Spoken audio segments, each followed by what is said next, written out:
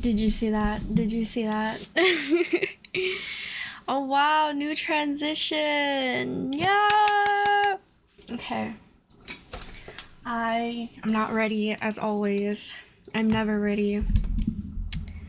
But how is everyone's day? Sabrina's naked right now. Always watching me in the shower. Okay. Today, I didn't really have much to do today. Besides, honestly, absolutely nothing. I have nothing going on in my life. I was gonna apply to some jobs, but that obviously did not work. I mean, I decided not to do it. Tomorrow I'm going to a concert. I'm going to see Chase Atlantic again. I saw them last year, and of course I'm going to see them again. Like, I really wanted to go, but no one wanted to go with me. But now I have someone to go with, and I'm gonna have so much fun. Yeah, that's all that's going on tomorrow. What jobs are you looking for? Also, I'm in fact naked. I'm looking for remote jobs because I cannot drive, so might as well just try to look for remote jobs for now. And I'm looking for copywriting jobs, writing jobs. I have an English degree, surprisingly.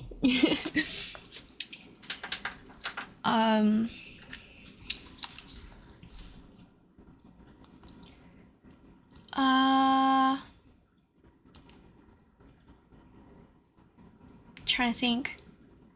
I don't know. I looked once and then I never looked back again. But I will be doing that soon.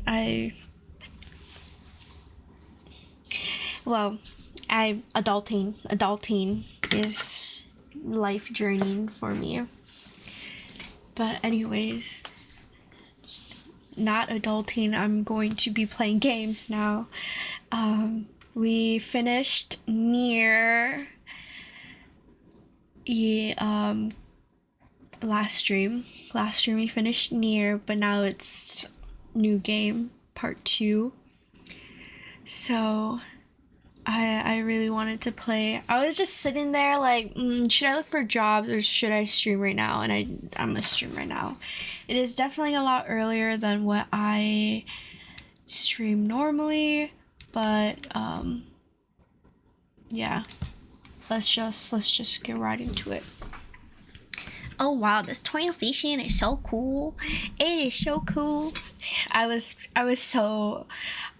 trying so hard to pick one that I am interested in, but like the sound is not working, obviously.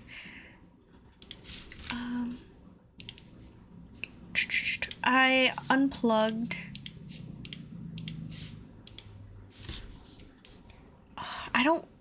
Oh wait.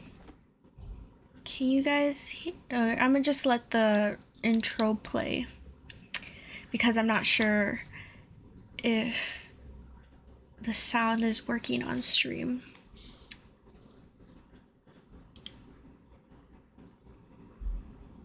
It's just gonna be a second for it to load.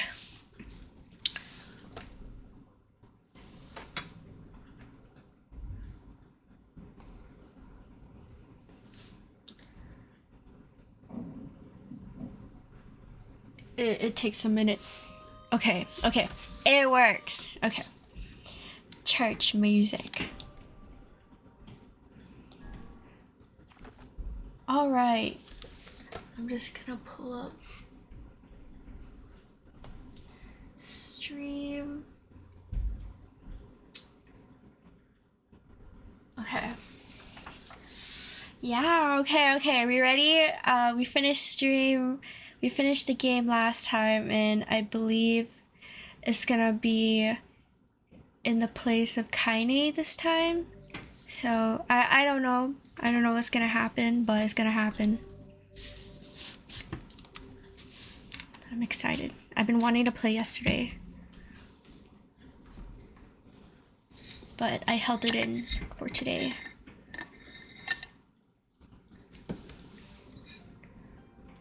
Whenever I interacted with Kaine, I was reminded about something from my past.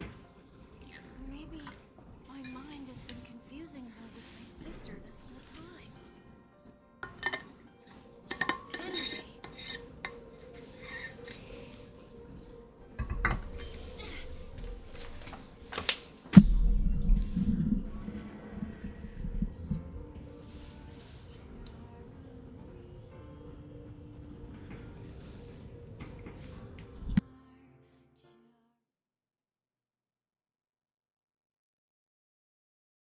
Kaine's dream.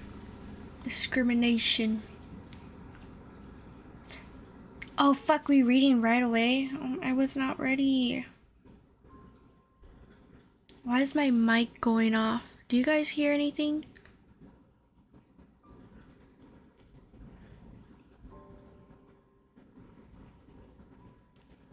can't listen. I restarted my phone.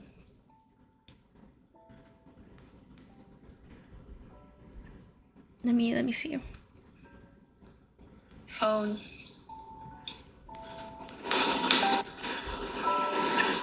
Let me see. Oh, it's the sound of my fan. Y'all been hearing that the whole time.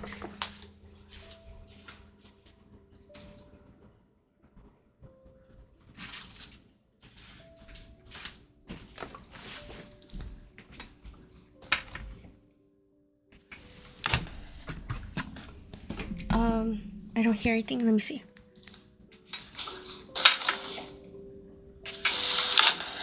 Okay.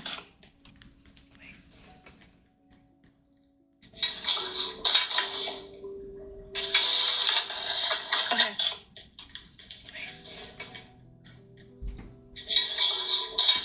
What does that sound? I'm hearing something. Unmute. You guys don't hear anything? Properties. Don't hear anything? Properties. Okay, I don't know. I think I'm tripping balls right now. Okay. Also, there's a bunch of shit next to me, so that's probably why. Okay. Okay, reading time. I'll position myself. Okay. The sound of rain filled the village. The steep cliffs that surrounded the area magnified sound, causing even the slightest drizzle to rattle like a thunderstorm. Thin wisps of smoke steamed from huts as the village huddled in their homes and waited out the rain. A single child, however, had braved the downpour and was now wandering slowly toward the wooden, hawk-shaped weather vane at the center of town. The wanderer reached the vane, which had existed for as long as any could remember, and stared. The child's face was simultaneously delicate and fierce, like a teacup that had survived a shipwreck. Those traits combined with pale white skin to give the face an almost sexless quality. If the beak turns east, I go home. If it stays west, then The child blinked. Rain slowly dripped down the young one's short hair and began its long descent to the ground. Come on, come on. The child felt a slight breeze and watched as the vane slowly creaked to life. Spinning this way and that for a moment, it finally settled with the beak pointing firmly towards the east. East? Really? Before the vane could move again, a jagged rock came spinning and tumbling through the air, striking home against the child's head. The force of the blow dropped the child to the ground as hail of stones began to fall all around. Oh no, they found me. A heartbreaking smile crept across the child's face as the stones continued their assault. Through the rain, the sound of multiple footsteps grew louder before a voice rang out. Yo-ho! Kaine! The voice belonged to Demo, worst of all the bullies in the area. As Kaine struggled to stand, a final stone came skittering through the mud and bounced against her foot. Blood oozing from a cut above her eye and blurred her vision, but as she could make out the shapes of Demo and his usual gang of idiots, the boy seemed taken aback for a moment by Kaine's seeming indifference to the blood dripping from her face, but quickly regained his bravado. What's up, freak? You like the rain? You like getting all wet? Or did you finally decide to run away from home? Though she knew it was futile, Kaine turned to leave. Before she could get more than a few steps, the other children scrambled to surround her, cruelty burning in their eyes. Kaine knew those were not the only eyes on her. The tormentor's parents watched from the safety of their homes. She was attuned to the sensation. It was one she had experienced many times before. While some villagers simply turned a blind eye to the actions of their children, many encouraged it openly. In a society ruled by superstition and fear, Kaine was something to be hated, and if possible, destroyed. "I didn't say you could leave, freak." Demo's words chewed at her like a worm through an apple. "He can't hurt me," she lied to herself. "Be strong, be brave. He can't hurt me. He can't hurt me. He can't hurt." Oh, look, the little freak is gonna cry. What's wrong? Are you sad that everyone hates you and wants you dead? Kaine prayed for the rain to flood down and carry her away from a world that seemed to have no place for her. But if there were gods, they chose to ignore her. As Demo crept even closer, the clouds began to thin and the rain slowed. "Even the weather hates me. I'm useless, a failure." I wish Demo's rock had taken my head off. Kaine couldn't meet Demo's leering gaze. She lowered her eyes and stared at the muddy ground below. The bully moved forward until he was inches away. She could smell the scent of old meat on his breath. The boy grabbed Kaine's face with thick fingers and yanked it upwards. She tried to turn away, but he forced her gaze and jammed his thumb against her eyelid to pry it open. "Show me." "No." "Did you just say no?" Demo grinned evilly. "You don't say no to me. No one says no to me." Not even taking his attention from Kaine, he called his cohorts. "Come on, guys, let's give this freak what she deserves." As soon as Demo finished, kicks and blows began to rain down upon Kaine. Demo paused, still grinning, as Kaine curled into a ball and tried to make the pain stop. "I don't get you, freak. What you acting like a girl for, huh? Everyone knows what you really are." Kaine ignored the question, choosing instead to stare at the weather vane. It continued to point east, as if supremely confident about the future it had chosen for her. "Go home?"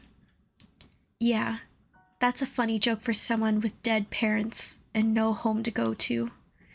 "Freak," chanted the children. "Freak, freak, freak." Kaine closed her eyes and listened to the rain, waiting for the pain to start again. As the clutching hands of the village children closed around her, she bent her mind to the sound of the rain, letting it become her world entire. The rain fell, but the pain never came. Only when the laughter of the tormentors turned to terrified cries did she dare open a single blood-caked eye. Kaine was shocked to see Demo sprawled on the ground, holding his head and screaming in pain. She could see blood welling from space between his fat, twisted fingers. Oh my God. He's crying. He's actually crying. Deprived of their leader, the other children glanced back and forth between themselves as if waiting for someone to step forward and take charge. When no savior emerged, they began to uneasily shuffle away from Kaine. But the young girl was the least of their concerns. Instead, their attention was wrapped on the ancient woman standing a few feet away. After struggling for breath for a moment, she finally spoke in a voice thick with rage. "Hurts like a bitch, don't it? Now I suggest you scatter before I throw another one. And if any of you little bastards ever touch my Kaine again, I'll do far worse than throw a rock. You can count on it." The old woman crouched down and gently touched the hand Demo was using to cover the wound. Before he could think to protest, she ground her palm into the ground and twisted back and forth.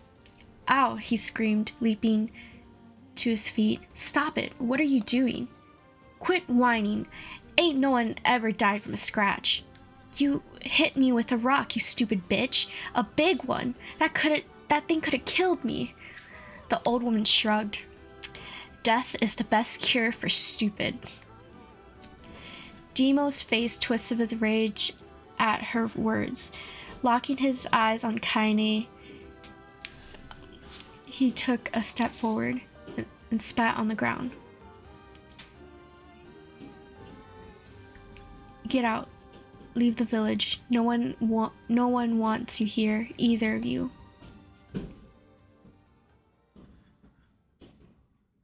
Hold on. Give me a second.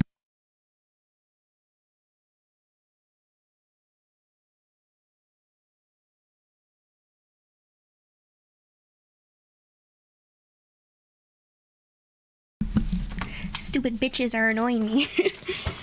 Okay.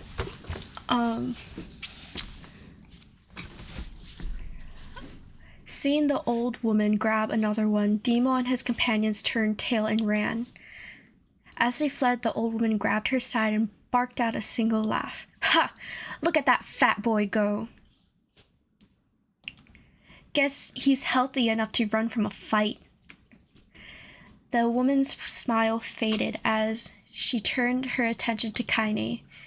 Kneeling down, she removed her shawl and placed it around the young girl's shoulder, then produced a cloth from the folds of her dress and began blotting at the blood on her forehead.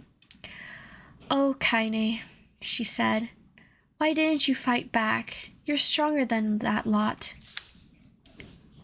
The words of her grandmother stung Kaine and she turned away. "Don't be nice to me," she said. "I don't deserve it. Nothing matters anymore." Her tears, held in check for so long, finally began to fall on the muddy ground below. "Everyone hates me. They think I cause bad things to happen. They think I'm a freak. I wish I was dead." As Kaine's tears turned to sobs, she held her grandmother's hand on her shoulders. Despite her advanced age and diminutive size, she was a woman of surprising strength, and Kaine found herself unable to turn away. "Don't talk like that, girl. It's a river wide and deep that flows between the realms of this world and the next, and it grants no mercy to any that attempt the crossing. You've got a duty to fight until your last breath. Understand?" The old woman tightened her grip and tried to still the tremor in her voice. "You know the pain of losing someone close to you, Kaine? You know because you survived it." As the words hit home, Kaine was struck by the force of her love for the old woman. As a young child, she didn't even know of her grandmother, but when her parents died, the woman quickly accepted her as her own. Grandma, as Kaine called her, was cunning, vulgar, and quick to violence, and their first few years together had not been easy. But when each year had passed, Kaine and her grandmother had grown closer. However, it was only now, sitting in the mud with tears and blood caking her face, that Kaine truly understood the depths of her affection. Here was a woman who had seen hard times, who had seen death, who had fought through all these things and somehow emerged on the other side. If anyone could understand Kaine's pain and loneliness, it was her. "Do I make you sick, Grandma?" "Course not. Don't be an ass." Kaine drew her grandmother's moth-eaten shawl around her body and shuddered. "But my body, it's not normal. If I was normal, then Mom and Dad wouldn't—" "Hush," interrupted Grandma. I'll not hear another word of this nonsense. You're my granddaughter and I love you. And if folks have a problem with that, they can just go to hell." With that, the old woman reached out and placed a wreath of dried flowers in Kaine's hair. The skill it took to bend the flowers without breaking the stems or losing a single petal was remarkable, and the beauty of it made Kaine want to cry all over again. "Oh my gosh, these are lunar tears. Grandma, you made this for me?" Lunar tears were legendary flowers. Most people could live their entire lives without ever seeing one, and yet her grandmother has somehow collected a dozen or more. Kaine reached up and touched the wreath as if she couldn't believe it was real. Where did you find these?" "Just stumbled on them while I was out doing the shopping." The old woman turned away as she spoke, leading Kaine to suspect that the search had been more difficult than she was letting on.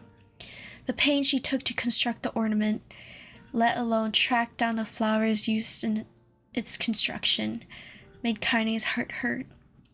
She reached up and gently adjusted the wreath, admiring the way it felt between her fingers. "Didn't quite turn out right," said her grandmother as she squinted at it. "These old hands have trouble with delicate work, but it sure looks good on a pretty girl like you." Kaine blushed and turned away. You think I'm pretty?" "Course you are. What a fool thing to say." "Thank you, Grandma." Her grandmother smiled. We're gonna be fine, you and me," she said. "Long as we got each other, we'll just be fine. We'll be just fine." Kaine took her grandmother's hand in hers, and the two of them struggled to their feet. As they began the long walk home, Kaine gripped the hand with all her might, as if trying to stop smoke from drifting away on the wind. The rain had stopped. Kaine stood beneath the weather vane, watching it spin in lazy circles, no longer caring about the direction it faced when it stopped. "I don't need to escape. I have a home now. Grandma loves me, and that's enough. Even if it's us against the world." Kaine let her gaze drift up past the vane and into the cloudy sky. The last faint hints of a rainbow were slowly fading. As she turned and headed home, the light scattered into a million particles and vanished, seemingly taken away on the breeze. Kaine's dream, daily life. God, I need a sip of water.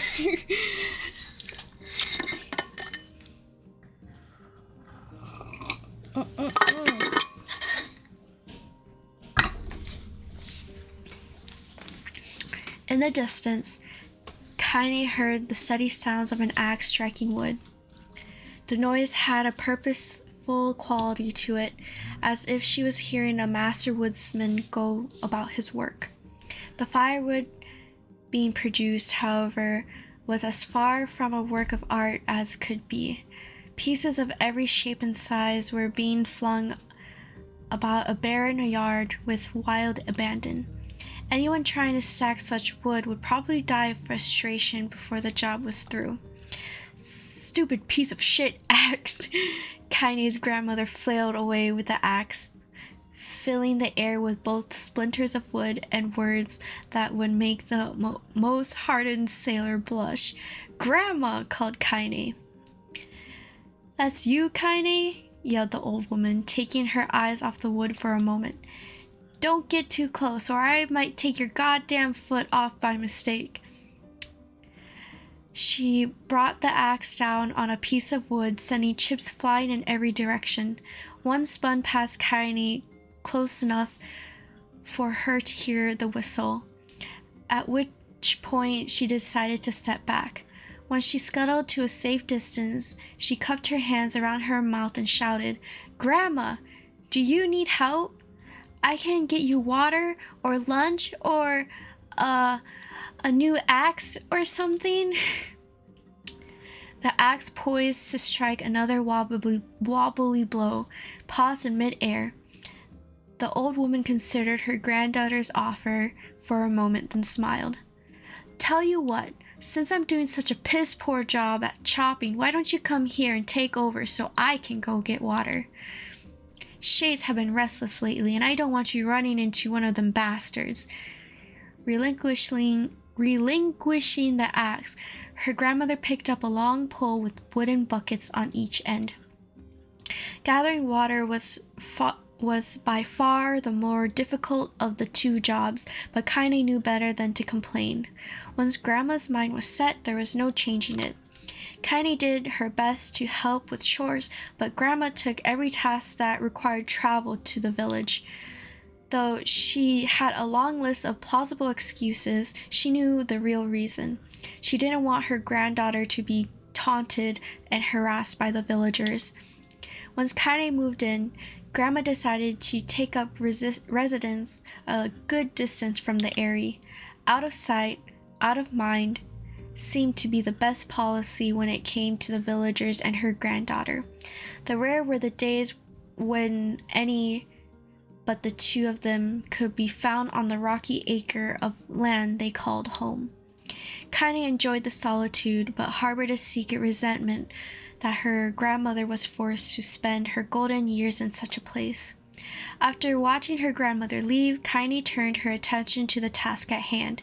She had never chopped wood before in her life, but soon discovered why the old woman hated the chore. Swing after swing of the axe produced only a tiny crack in the wood, and when she finally managed to connect with a solid stroke, the tool embedded itself into the log and refused to budge. Frustrated, Kaine swung the axe around her head and threw it, log and all, across the yard. Damn it, crap. And suddenly understood the joy her grandmother felt in a good curse. Happier now, she picked up the axe, forced it from the wood, and resumed chopping. She had a natural skill with the blade, but the task was challenging, and blisters soon began to form on her small pink hands. This is tough, and my logs are all weird sizes. Spitting on her palms and ignoring the pain, Kaine doubled her efforts. Just as she was developing a rhythm, Grandma returned from the village. Setting down her buckets was a small sigh. She took one look at the logs and coughed out a wheezy laugh. Pretty clumsy girl. You better practice if you... Her grandmother suddenly collapsed to her knees, causing one of the buckets to wobble precautiously. Eyes wide, Kaine dropped the axe and ran to her grandmother's side. Grandma! The old woman shook her head and pointed a trembling finger at the bucket. Get the bucket. Can't let it spill. Kaine steadied the bucket with a foot as she knelt by her grandmother. A small bit of water sloshed over the side and made a new home in the hem of her dress. But Kaine didn't notice. Grandma? Grandma, what's happening? Crazed with panic, she grabbed her grandmother by the shoulders and shook. After a moment, the woman lifted her arms and batted Kaine away. Stop that! Just stop! She cried, breathing heavily. It ain't like I'm dying. Just tired from the trip is all. Kaine desperately wanted to believe her, but one look at the old woman's shaking hands and worn face told her more than words ever could. Her grandmother had lived a long, hard life, and it seemed the bill was finally coming due. The time when her grandmother watched over Kaine was ending, sooner than either of them had feared, and positions would be reversed. The next morning, Kaine came to the side of her grandmother's bed and took her wrinkled hand. Grandma, you're sick and you need medicine. I'm going to the village. The old woman shook her head and tried to rise, but Kaine gently pushed her down. "It's all right," she said. "I'll be fine." Her grandmother fixed her with her gaze that could melt steel. After what seemed an eternity, she finally lowered her eyes and sighed. "Well, I don't like it, goddammit, but I guess I should quit being so stubborn and let you grow up."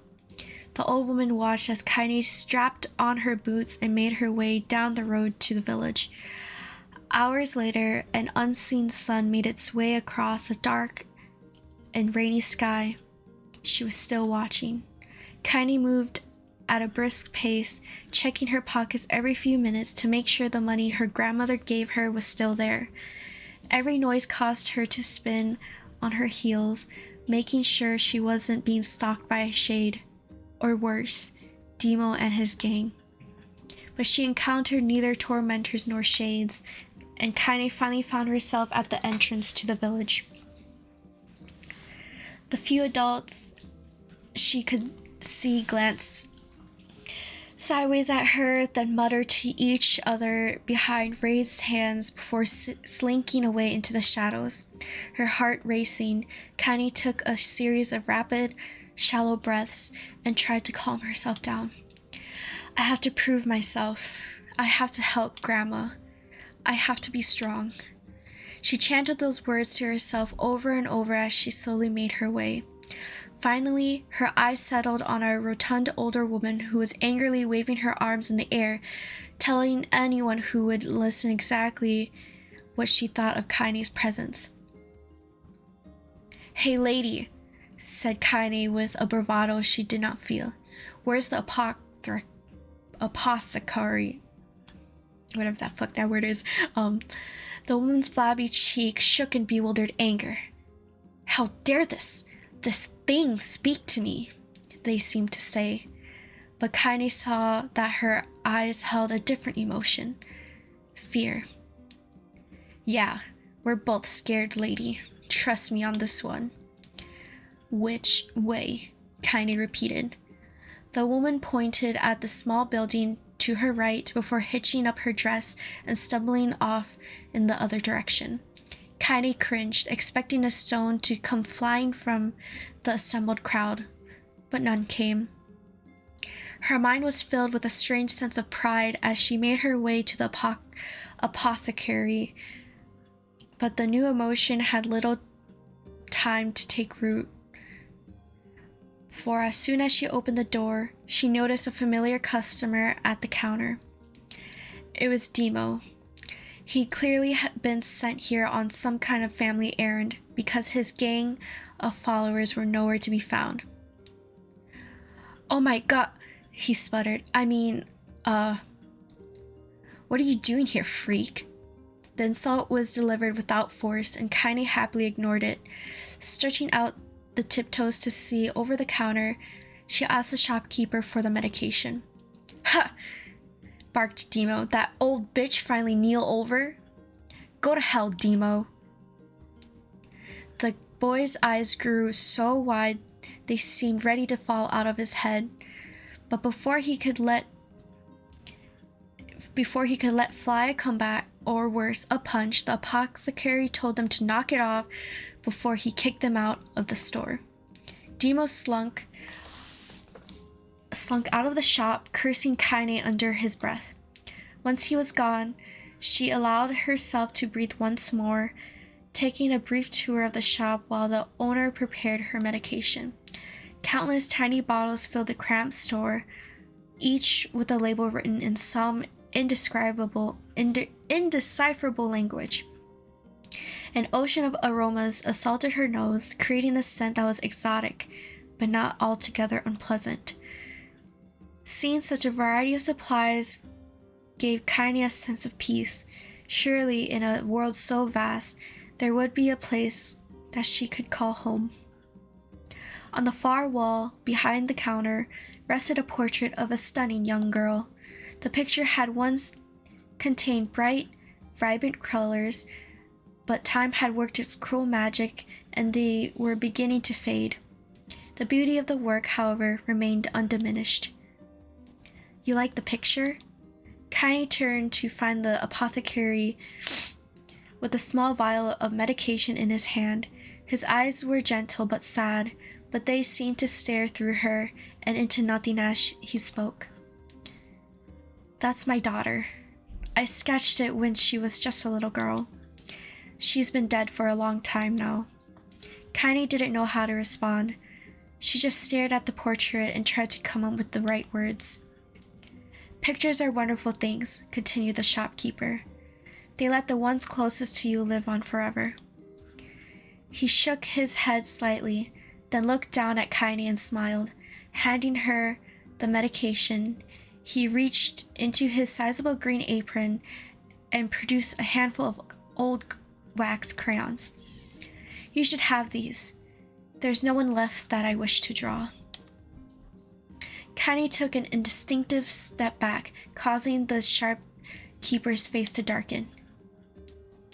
Yes, I've heard the rumors about you, he said. It's a small village, and words travel quickly. Between you and me, I'm not sure that I can't. This is so much reading. I'm not sure which of them to believe, but I also don't think they matter much. I know your grandmother, Callie. Callie or Collie? I'm gonna say Collie. I know your grandmother, Collie, but I think the way she was driven out of this town is just deplorable. Grandma's name is Collie? Thought Kaine suddenly. She was still mulling this new fact over in her mind, but she reached out and gently took the crayons from the apothecary's hands. Your grandmother is an old friend of mine, he said as Kaine scooted away yet again, and I owe her much.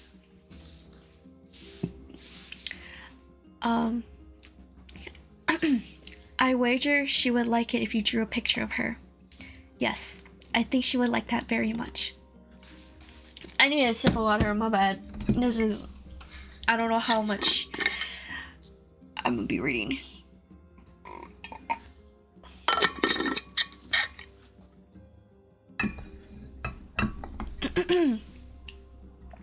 Yeah. Kaine muttered a quiet agreement, but inside her heart was bursting. Never before had a villager treat her with anything but complete contempt. Are they really making fun of her, Kaine, because she doesn't have parents? No, I think it's because she's half shade, and everyone knows that. Imagine if Kaine's whole part of the game is just reading, and there's no save. Oh my god, I'm gonna lose my mind.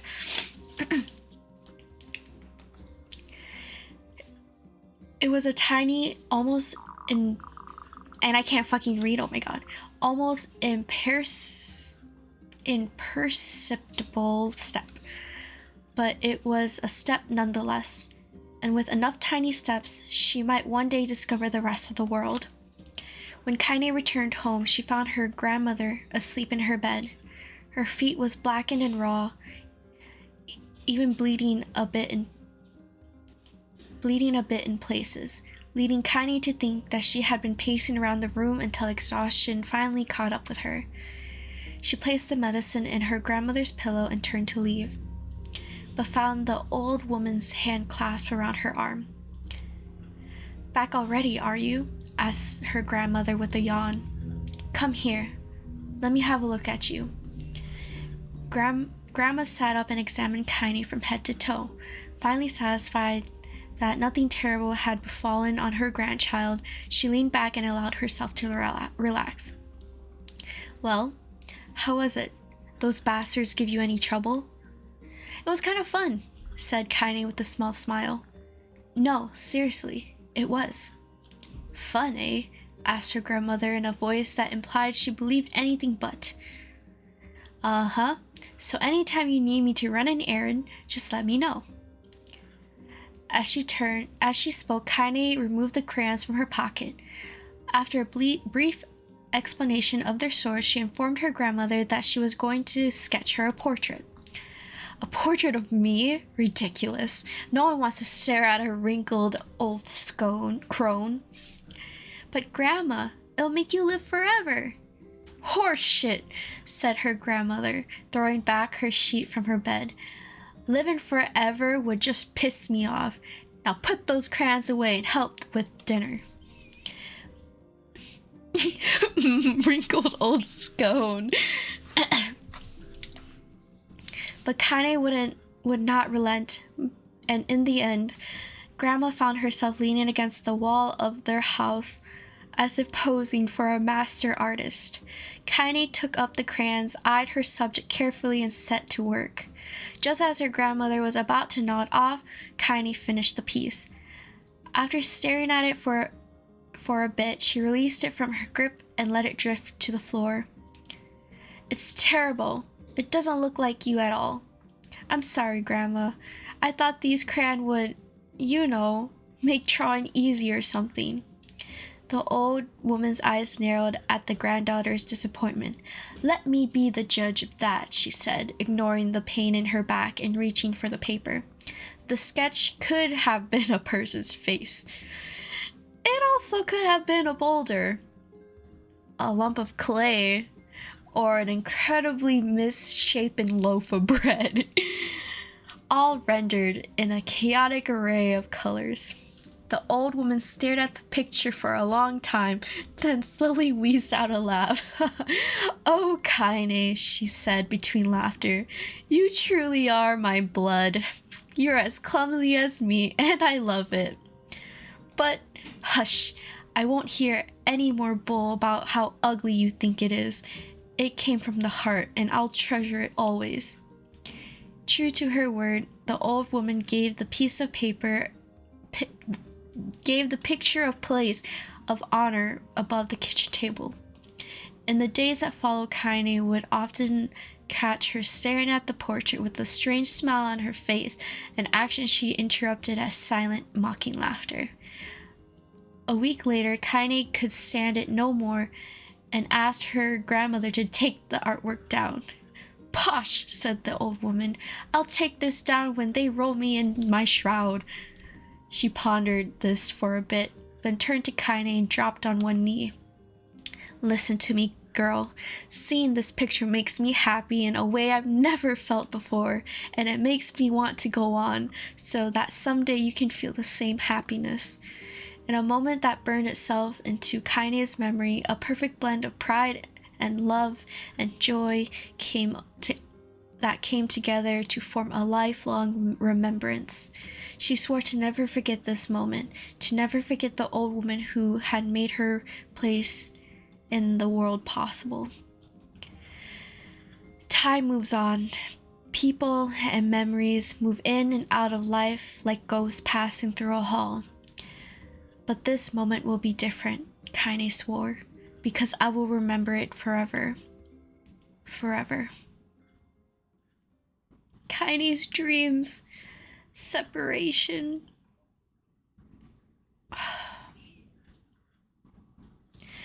Kaine listened to the sound of crackling firewood and stared at the black object on her plate.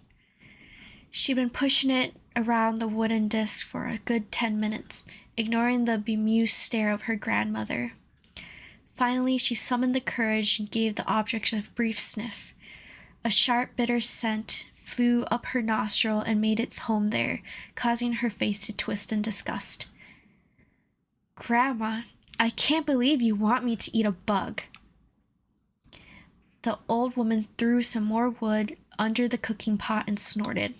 It's no bug, you fool girl. It's a berry. Why the hell would I be feeding you bugs? Yeah, well, it sure looks like a bug, said Kaine, and I think it's burnt or something because it smells terrible. With that, Kaine held her nose and threw the berry in her mouth, chewing as little as possible. Oh yeah, that's terrible, all right. Why, you little brat, laughed the old woman. Look at the sass on you. You've been spending too much time with me, and that's a fact. 5 years had passed since the moment when Kaine's grandmother saved her from the bullies. As is often the way with two stubborn people. Their relationship had grown in fits and starts, but moved forward all the same. Meals that used to be somber affairs were now filled with laughter and hurled abuse in equal measure. Kaine could not remember a time when she had been happier. As the years went by, Kaine started to shoulder more and more of the daily responsibilities. Her grandmother's legs grew weaker by the day, and she could no longer do many of the chores she used to take for granted. And so this morning found Kaine lacing up her work boots and a breakfast of burned berry rolling through her stomach. "Where are you going today?" asked Grandma suddenly. Kaine looked up surprised. The old woman rarely asked for specifics anymore. "Well, I was gonna check on..." Wait, I my voice is pretty high pitched, and I know damn well Kaine's voice is like very deep. "Well, I was gonna check on the kelma trees and see if they were ripe. I thought we could make some jam or something. Oh, and I'm going to pick up some flagstones so I need to take the wheelbarrow." "Flagstones? What in the hell for?" Kaine stared at her grandmother, then held out an arm and swept it around their home. Constructed mostly of cloth, rope, and rubble, the old place sagged like a boxer in the final round. "Grandma, a dying cat could chew through this house. I'm going to build a stone wall so we have some protection." The old woman laughed, exposing her toothless grin to the world. "God damn, girl. If a bunch of thieves want to ransack this old place, let 'em come. We've got nothing worth stealing anyway." "I'm not worried about thieves. I'm worried about shades. People saw one west of the village yesterday." The old woman tilted her head and stared at her granddaughter. "Well, shoot. I don't know why you have to do this today. We can worry about it some other..." "Grandma? No. If I don't go to the kelma trees, we won't eat tonight. You know that." A confused expression passed across the old woman's face, and for a moment she saw a small child lost at a carnival. Yes, she said after a bit. "Yes, of course, you're right. I'm sorry, Kaine. Lately, it seems my mind is..." She didn't finish the thought. Instead of walking over to her nightstand and gently taking the wreath of lunar tears from the drawer, the flower's petals had aged to a brilliant whiteness, and Kaine thought it was more beautiful now than the first day she received it. "You're gonna be a true woman soon," Grandma said as she placed the flower in the girl's hair. "So that means less chatter about the shades and building defense walls, and more talk about how beautiful you've become." Annoyed, Kaine reached up to remove the garland, and the look of her grandmother's face stopped her hand. "You're a beautiful thing," said the old woman, "and there ain't another like you in all the world. I'm very proud of you." Stop! I'm so sad. "Okay, Grandma, that's enough goddamn compliments for one day." "Such a mouth with you. Where did that come from?" "Gee, I wonder." "I'll teach you to sass me, girl," yelled Grandma. Suddenly she lurched forward and grabbed Kaine by the ears, pulling her around the room with a crazed grin on her face. "Grandma!" yelled Kaine in a quaking voice. "Grandma, stop it! What the hell?" The old woman stared at her and blinked, then slowly held her wrinkled hands out as if it was the first time she had seen them. Oh, I don't know what happened there. I'm sorry, girl. Sometimes my mind just..." Kaine thought to look at her grandmother's face was the most heartbreaking thing she had ever seen. "Listen, she began. Maybe I should stay home after all. No, I won't have you stay here to keep an eye on an old codger like me. You go get your fruit and your wall and whatnot. I'll be fine. And when you come back, I'll have a nice grasshopper dinner waiting for you.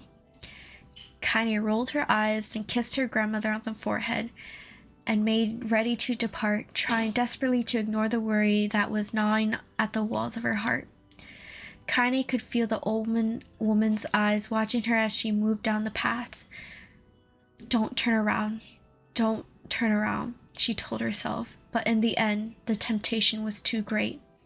She spun on her heel for one final look and saw a small, bent woman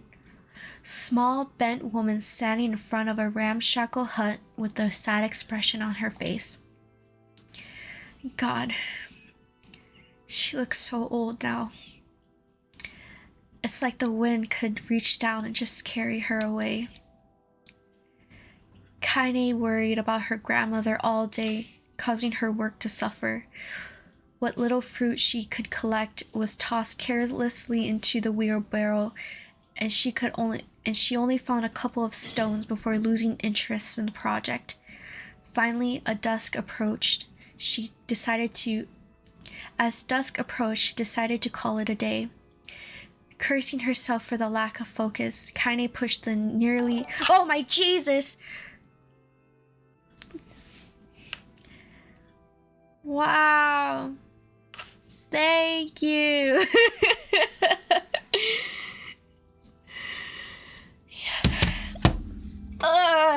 You scared me. Let's go, cheese corn. You're welcome, Anita. Don't say my name in public.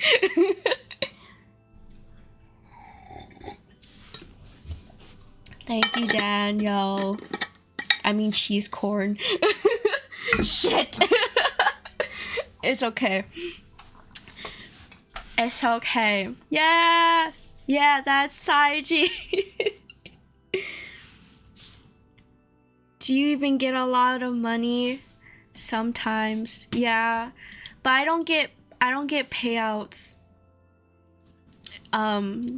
Twitch dropped their payout to $50. It's gonna come soon, but right now it's only $100. I mean, like the whole sub. Good question. I can see, I can check. I mostly get I get a pretty decent amount in sites.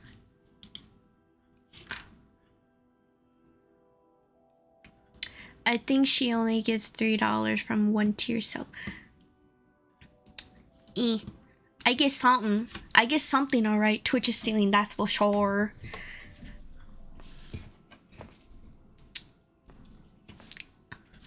Oh yeah, speaking of tier 1s, you got, if you're sub to me, you got tier 1 emotes. You get Sigh with the Glock. Sigh with the Glock. Don't forget about emotes. I just added them yesterday. Sigh with the Glock.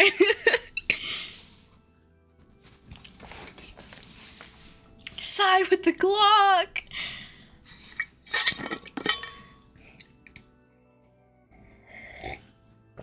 Yeah. Dubstep Swag-a-Cat isn't even sub to me. How fake.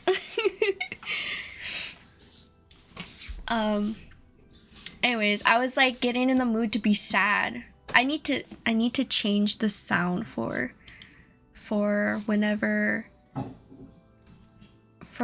I get subs. But like I don't know what sound to do it as because the follow one is posture check. Thank you. Oh yeah, speaking of points, I added more like stuff to do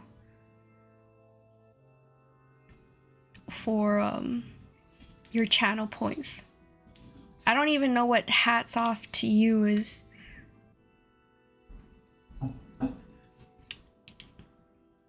I have so many. Stretch. Okay. I'm going back to reading. Okay. Y'all, her grandma's about to die. I gotta get back in the mood. Okay.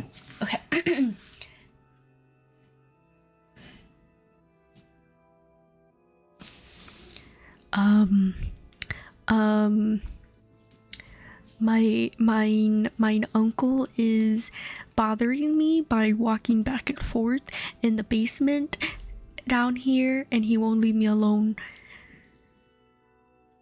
So I'm getting annoyed. Okay.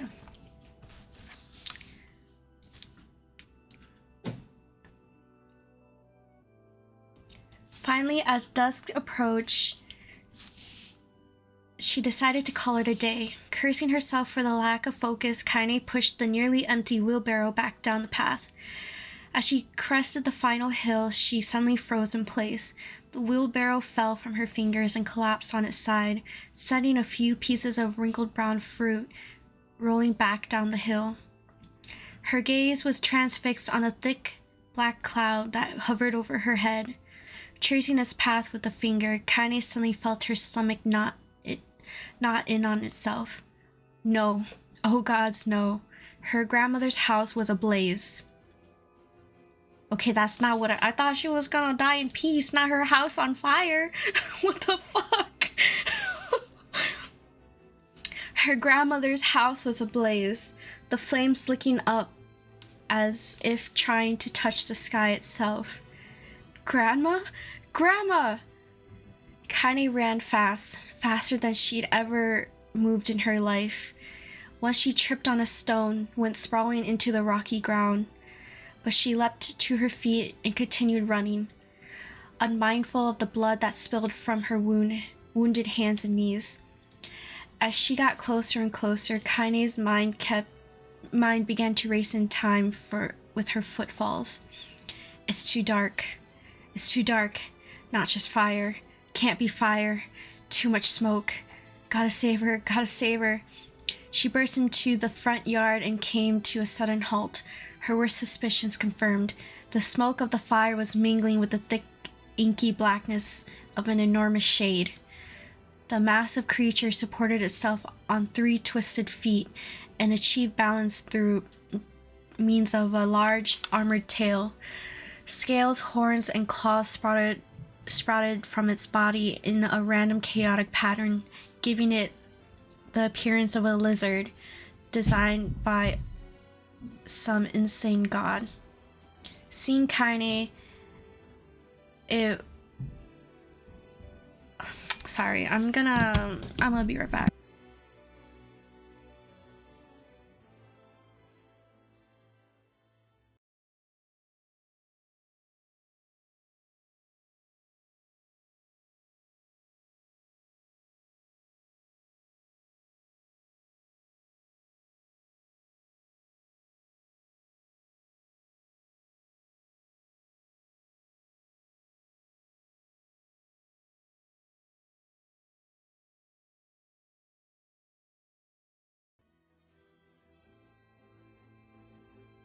Okay, I'm back. I told him to shut up.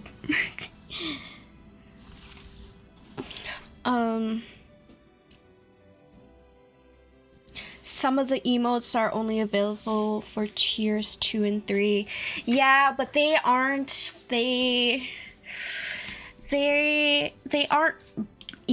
like really good emotes. It's like it's the wow one, and the tier 3 is like the hype emote. But I chose all the funny ones for tier 1. Just waiting for me to release the free emotes. I wanted to use the hype one.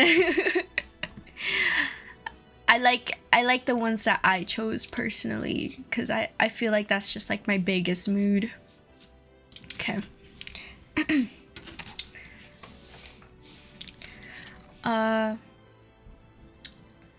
Scales, horns, and claws sprouted from its body in a random chaotic pattern, giving it the appearance of a lizard designed by some insane god. Seeing Kaine, it let out a roar and flicked its tail, sending small whirlwinds spinning around the yard. For a moment, the creature retreated into a shimmering inky blackness, as if her mind was unable to comprehend such a thing could actually exist. But then the smell hit her, a blend of rotted meat and excrement, and the horror became real once more. The creature bellowed again, and this time Kaine responded with a scream of her own.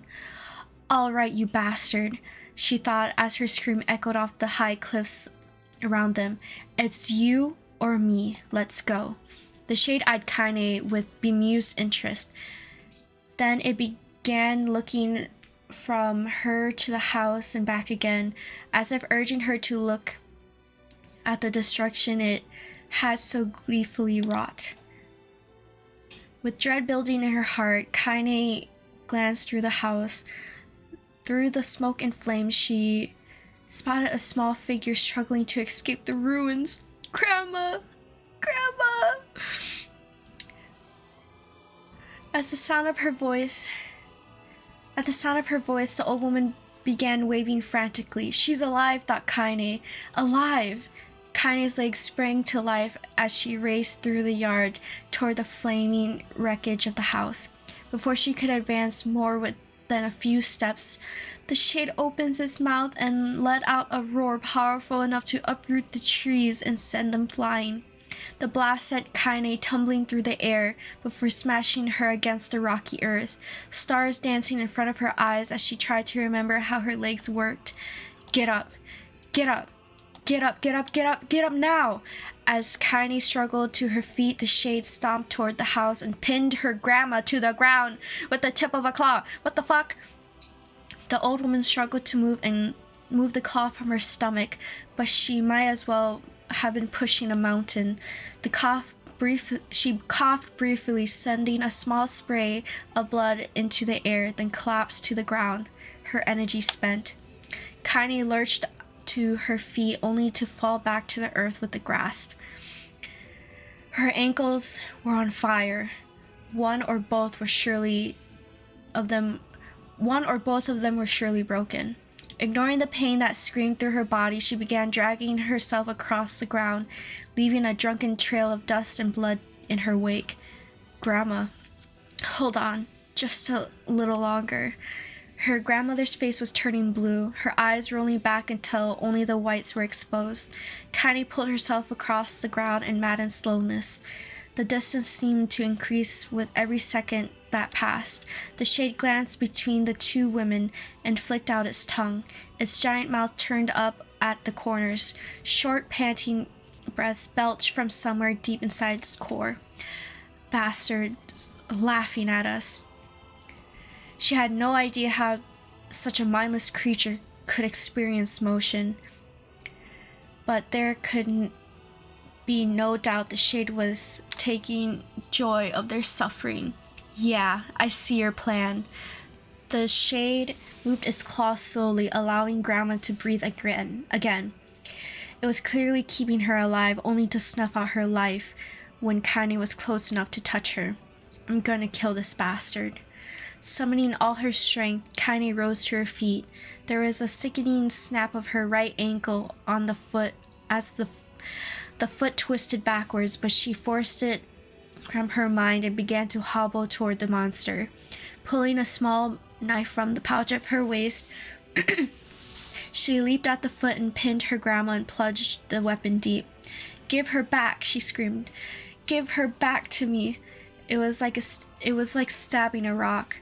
After a few swipes, the knife broke at the hilt with a dull snap. The shade panted laughter again, then raised its tail and sent it rushing through the air toward the young girl that latched to its foot. Kaine never had a chance. The tail struck her square in the chest and sent her crashing into the burning wreckage of the home. As she lay on the ground with blood pouring from multiple wounds, a small weak voice spoke up. Kaine? Kaine's vision blurred, but she forced herself to focus on the sound. Finally, her eyes clear enough for her to make out her grandmother's hands reaching out to her through the smoke. Grandma? Kaine, you gotta run. You can't best this one. Kaine grabbed the hands and held on with all her strength. Grandma, come on. We have to go. The old woman coughed loudly. One of her hands, slick with blood, slipped from Kaine's grasp and thumped to the ground below. Grandma, no! No!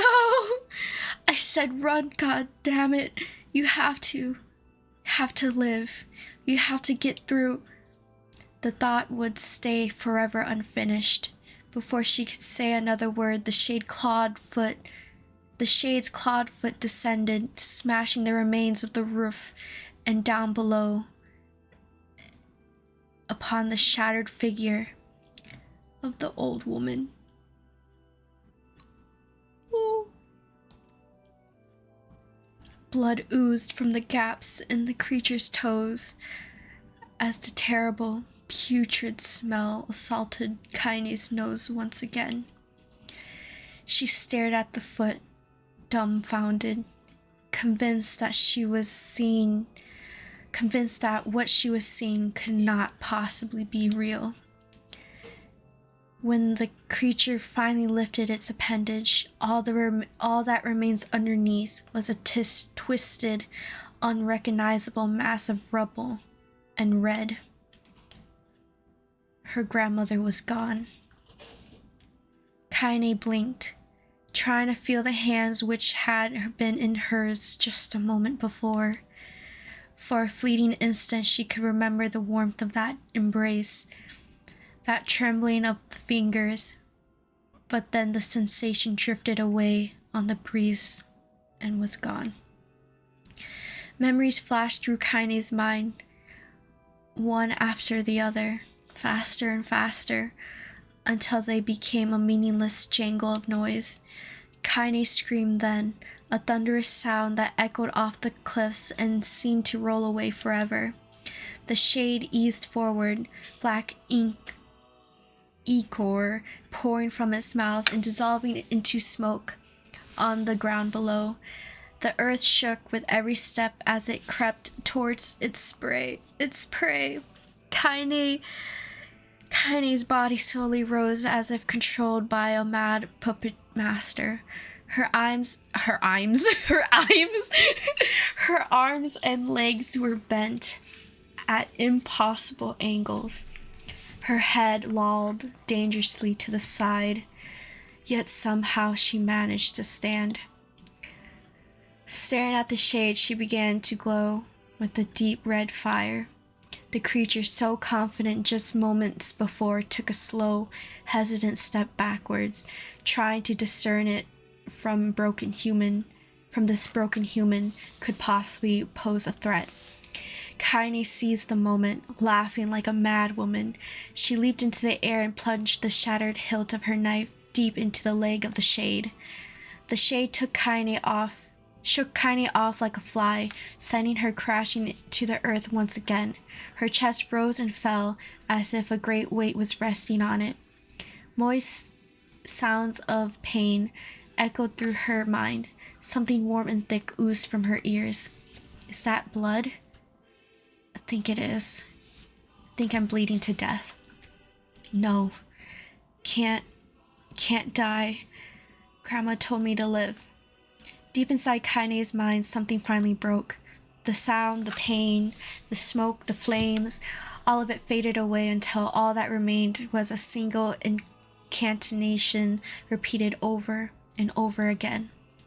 Kill it, kill it, kill it, kill it, kill it, kill it, kill it, kill it, kill it, kill it, kill it, kill it now! Okay. As the spark that was Kaine slowly began to flicker and die, she felt the desire to kill and her desire to live blend into one. The distance between heartbeats grew longer and longer and longer. Oh, wow.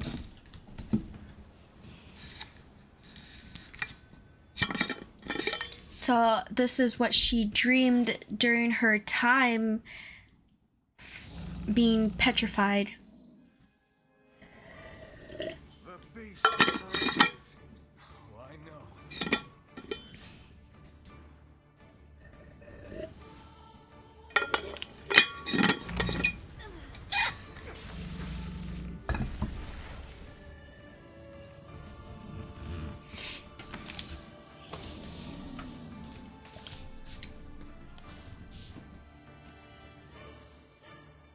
Am I playing? I'm playing!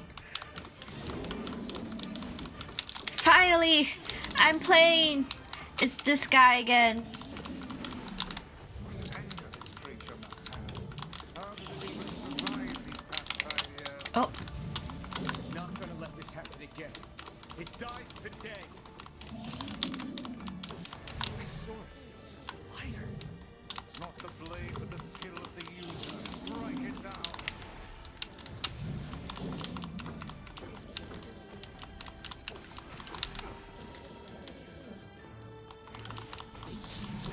I'm so strong. Ooh, she's played! That was like a hot... Damn, that was an hour of reading. I know. I'm...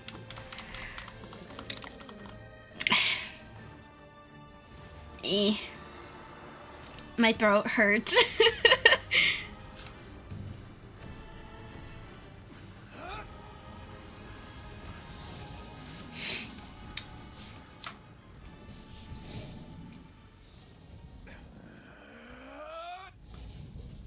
I wish that was me. Wait, that is me.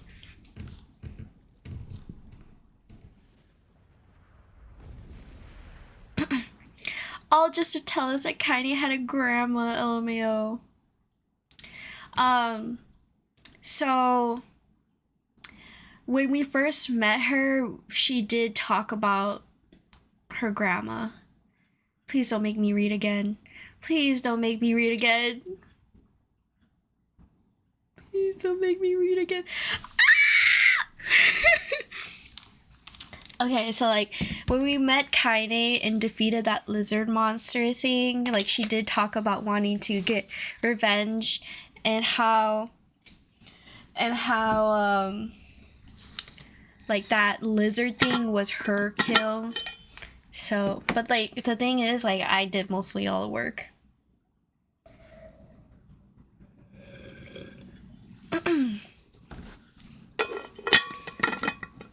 Maybe this is the last. I'm gonna grab a snack, please. I'm trying to drink water. Okay. Gently, weakly, softly, the shade, sure that its tormentor was dead, turned and stomped off towards the horizon, stomping along the way to bellow one final roar. Couldn't kill it. Shamed beyond imagining, Kaine tried to turn her head to the side, but only succeeded in coughing up a huge gout of blood. It was getting difficult to see, and only after a moment of fierce concentration did she realize that her left eye was gone. Laughing to herself, she turned her remaining eye to the ruins of her home and noticed a ragged stump of arm resting a few feet away. Yeah, that's mine, she thought with a mad giggle. This is gonna make clapping a real bitch. Ha! Cried a sudden voice from the depths of her mind. Finally gonna die, aren't ya? Well, you had it coming. Go to hell, Demo, she thought at the unseen assailant. Go to hell before I pluck out your eyes and feed them to a dog. The voice of her childhood terror evaporated into smoke, only to be replaced by another, more recent voice. Hold still, said the apothecary, materializing from the ruins like a ghost. I want to draw you. That way you can live forever. No, stop. don't want to live forever. I want to die right here." "I see," he said quietly. "Well, if that's what you want." The spectral shopkeeper fluttered in and out of existence for a moment, then produced a piece of paper and sketched quickly. After a few seconds, he turned the page to Kaine and smiled. "Since you rejected my offer, I decided to draw someone else." It was a picture of her grandmother, real as life. Kaine opened her mouth to thank the man, but stopped as the picture began to blacken in the middle. Before she could say anything, dozens of multi-legged insects began to swarm across the image, tearing at it with sharpened pincers. "Stop! No, don't hurt that picture." Kaine reached out with her remaining arm and waved futilely at the air. To her surprise, the insects fell off the picture and to the ground, where they vanished into tiny black tendril of smoke. Relieved, Kaine turned her good eye back to the picture, only to open her mouth in a silent scream. The sketch now showed her grandmother as she truly was, a smashed, unrecognizable lump of nothing. The apothecary smiled, then broke into a jolly dance. "See that?" he cried as he danced his jig. "It's perfect now. She looks just like you. Ha cha cha cha." "I look like that? Oh God. Oh God, I'm gonna die. I'm gonna die." Drowning in despair, Kaine laid her head back in the mud and smoke of her ruined house and waited for the end to come. But just before she let everything go, an unfamiliar voice began whispering in her ear. "Ain't you got a wish, sunshine?" The voice of... Oh. "Ain't you got a wish, sunshine?" The voice was vulgar and fierce at the same time, as if insanity had somehow found a way to take form. Kaine wanted to scream as the voice crawled under her skin, but her lungs refused to work. "You know, a wish? Like a prayer or something? Why don't you get on your knees and start praying to heaven? Please, invisible man in the sky, save me, save me!" Kaine finally restored to shouting at the voice with her mind. "I don't make wishes. They don't come true for me. I'm a curse, a freak. I should be left to die." The other voice boomed in her ears. "Ha! Oh God, you are the best." Kaine glanced down and saw a black, shiny substance oozing from her legs. She tried to brush it away, but her remaining arm would no longer respond. The substance slowly crept through around her feet and then began moving up towards the rest of her body.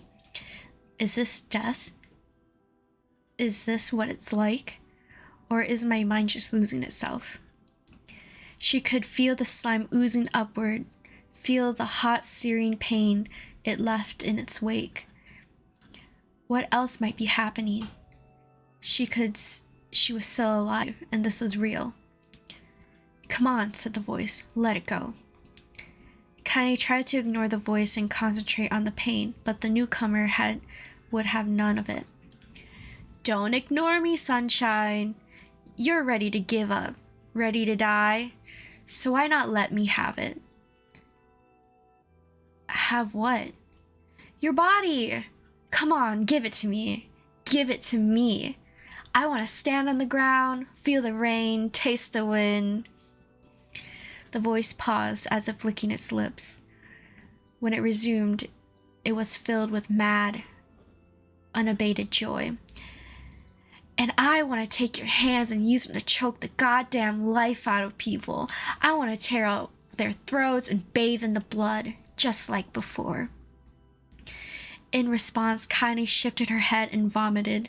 The warmth of it crept down her front and mingled with the pain of the encroaching black ooze. "Are you A shade? Yeah, maybe. What of it?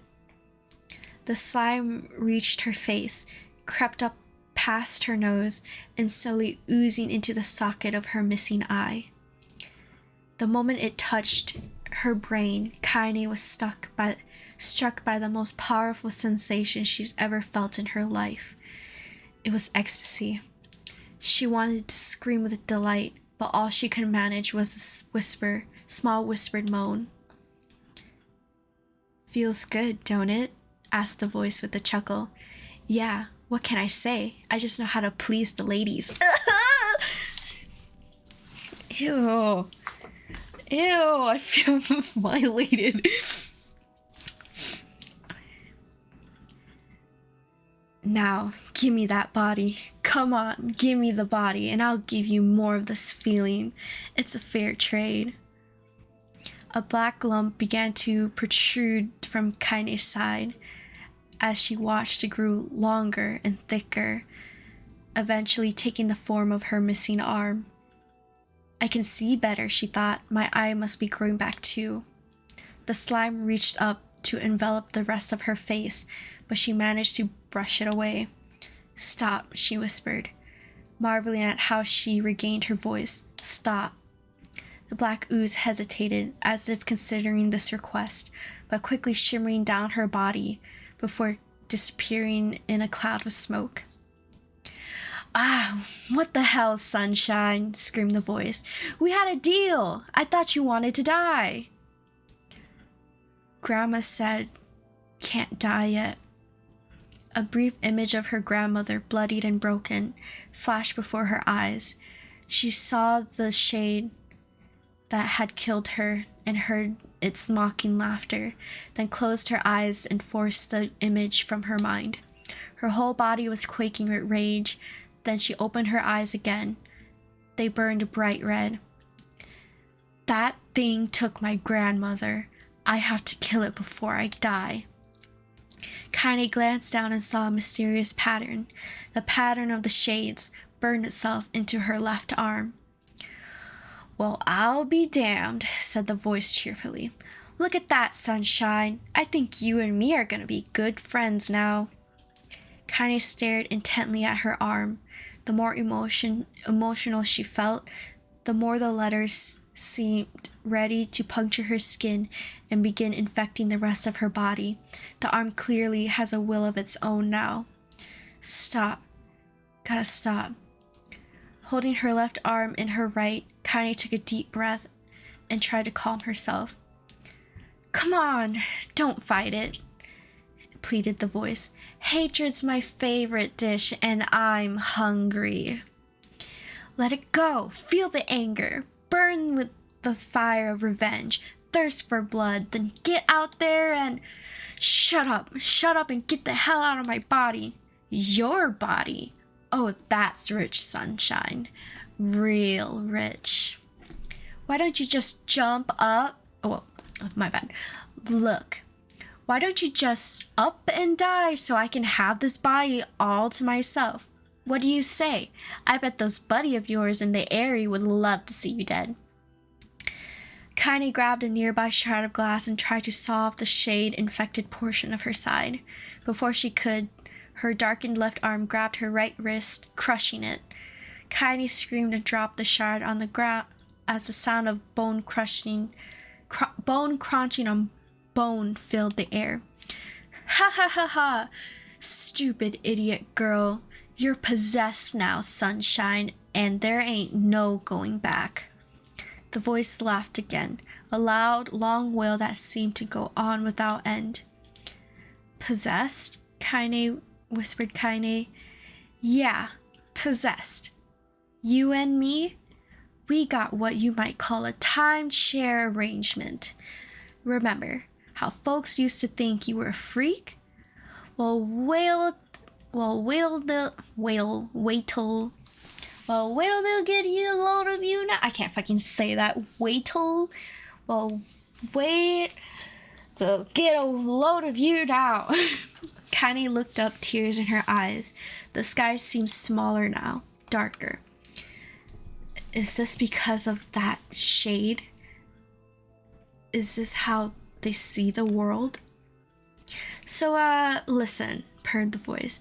I know this whole possession thing might seem a bit sudden, but it ain't all that bad. There's plenty in it for you, too. I'm a very powerful creature. Sunshine, and now the power belongs to you. You got enemies, people you want to kill? I can make it happen. That little fat kid who kept picking on you, that big old shade that squashed your granny, will wrap up in their own assholes. No more abuse for you, Sunshine. No more pain. Wait, said Kaine. You're a shade. Why would you help me kill another shade? What, you think I'm some kind of racist? Some killing snob? I don't give a good goddamn who you murder, honey pants. I just want to drink from the well. Kaine considered this as she struggled to her feet, the power of the shade coursing through her. The smoke from her house was drifting away with the wind, and she enjoyed the way the cool evening breeze felt on her new left arm. After a long pause, the voice spoke up again. So, how about it? You and me, we could have some good times together. Look, I'll even take care of that bloody part if you don't want. Fuck off, asshole, muttered Kaine. I'll handle the killing. Ka! Screamed the voice. Look at you go. Oh, Sunshine, we're gonna have so much fun. So listen, my name's Tyran, and if you ever need me, I'll just be hanging out in this place of meat you call a heart. Now get to it. The more you kill, the more your heart turns rotten and sour, and I like rotten and sour. Kaine found herself nodding at the voice. Yeah, she said. Yeah, I think this can work. I'm gonna find that shade and I'm gonna strangle it with its own guts. And when I'm done, I'm gonna do the same to you, Tyran. Count on it. Ha! Laughed Tyran. I've shit bigger than you, so good luck with that. Oh, and hey, one more thing. Right now, you and me are sharing this body. But if you ever run out of hate, if you ever, go soft, then I'm gonna take over everything. So keep on killing, Sunshine, and watch your back. The voice grew fainter and gradually faded away, fading to somewhere deep inside Kaine herself. Kaine waited until she was sure the voice was gone, then waved her new left arm around a few times. It feels perfectly normal, she thought. It feels like mine. Desperately, she began poking the prodding at the new limb, determined to find something wrong with it. She didn't want to feel it normal. That would mean the creature inside of her had already won. I am not a shade. I'm Kaine. Repeating this mantra in her mind, she slowly began digging through the rubble of her house, being careful to ignore a certain red stained spot in the corner. Finally, after what seemed like an eternity of heartbreaking work, she found what she was looking for. It was the wreath of lunar tears. Though it had been through hell and back, the garland's petals were as bright as ever. Kaine started to place it on her hair, then slowly lowered the wreath and stared at it. I'm sorry, Grandma. I'm so sorry. But I don't deserve to wear this anymore. I'm possessed, corrupted, a freak. And this time, I don't think there's any going back. Holding the flowers to her heart, she fell to the ground and sobbed. As night gradually lightened to dawn and the people of the Eyrie arose to their daily lives, she remained in that position, as if tears could somehow wash away the horrors that now infected her world. Alive. Stay alive.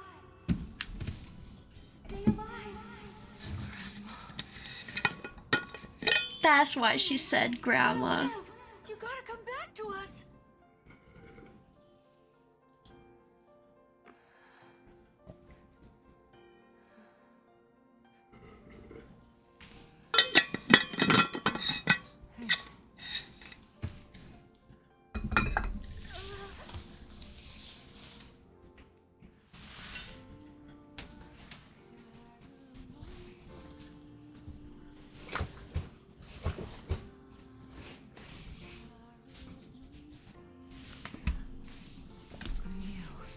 You were the one calling me, weren't you?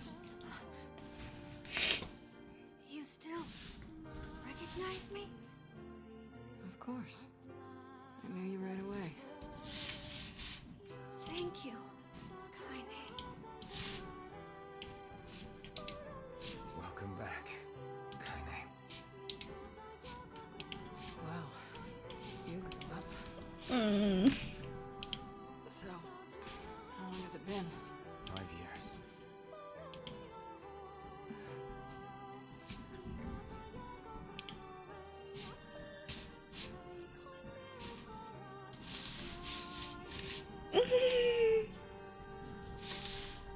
Shit. That's a long time. Any luck with Yona? We are still no closer to finding her. By the way, this is for you. Is that a lunar tear? It's not as good as your grandmother's. He found her a lunar tear. How come I don't remember this? That's great. Thank you. Please don't make me read again, please. I'm tired. Waking from her long petrified sleep. Neil's unflagging kindness. Our reunion was a happy one. We let it wash over us like rain. That is, until Devila and Popola had to go and ruin it all.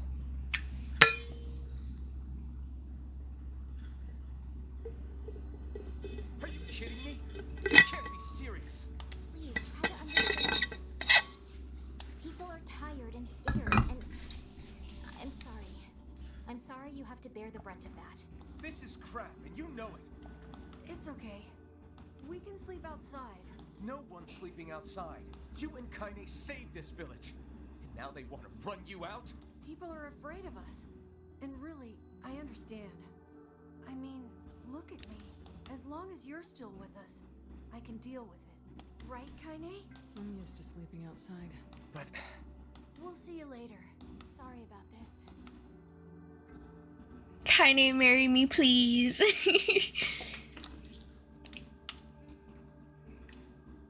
What is the matter? Kaine always sleeps outside. I never thought about that until just now. Never even occurred to me. Damn it. We should turn in. Oh. You can sleep with me, Kaine. I didn't get much sleep that night. For the first time in my life, I hated Devila. Oh, you're gonna hate her more later. For the first time in my life, I doubted Popola. You're gonna doubt her more later. Those feelings are pointless in the end. Me. They said and did what they did for the sake of the village. To protect it from the horror of the Shades.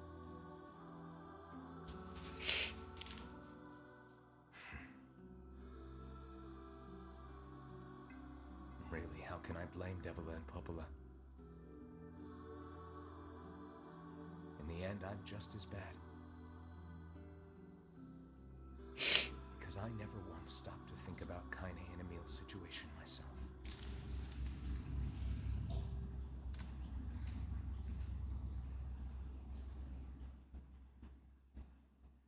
I really don't know how, like, where's this game gonna take us? Ooh, cutscene.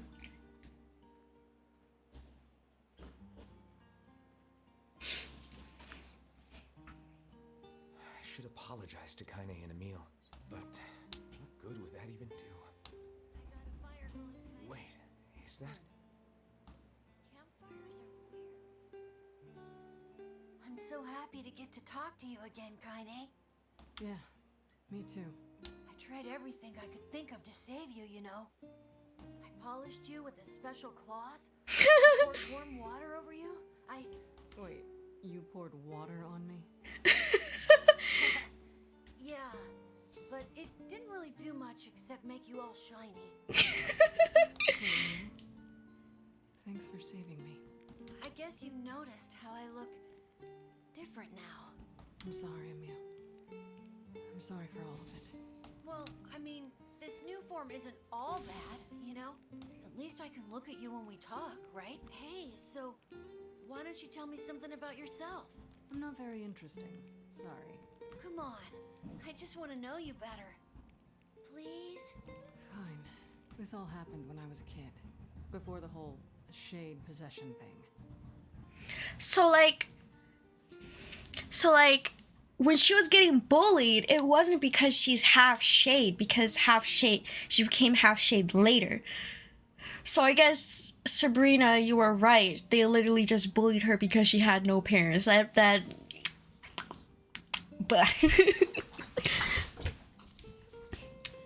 dude, thighs are thick. I know. Emil, Kai's bare ass on the rocks. My body is different. And when the villagers found out about it, they started treating me like a freak. But one person, my grandmother, accepted me just as I was. How is her... I guess they... Okay, so she said that they bullied her because her body was different. But I don't... How was it different? Like, was she ugly or whatever? But she's not ugly, you know? They literally said, Elle, you have no parents. How is her body different? I don't... Her body sexy. I guess maybe she has...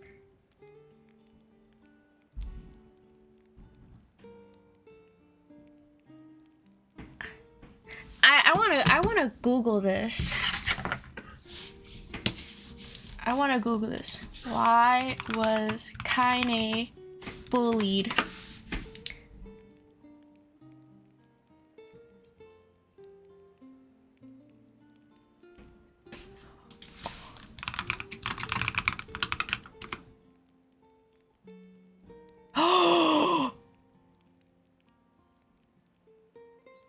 Oh my lord, do you guys want to know?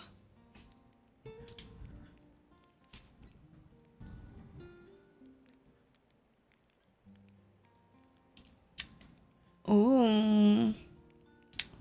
I just googled it too. What? So Kaine is intersex and is bullied about it. It's also a source of insecurity for her. That alone is fine because it's her part of the story, and a lot of trans and intersex people feel attached to Kaine because of it. Kaine uses her clothes as a way to feel feminine. The problem is that Kaine's clothes are just lingerie, and the men who created design her didn't need to do that. These are pieces of concept art that Kaine is more... There are pieces of concept art that have Kaine in more modest clothes, but it was the lingerie that ended up being what they put her in.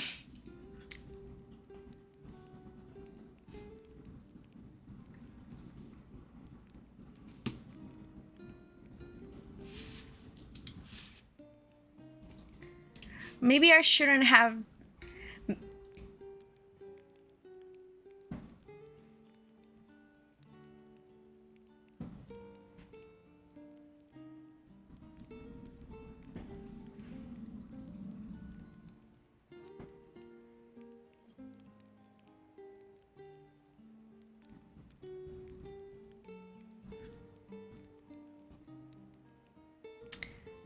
Period, Kaine. Wait, aren't they like non-human though? Diversity, I guess. Let's go. But no one knows that they're just shells right now. No one knows right now.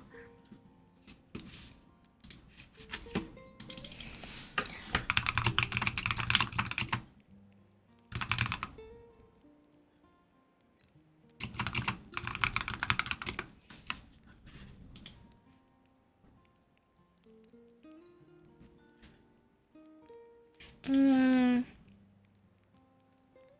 feel like I spoiled it for myself because maybe they would have explained it later why.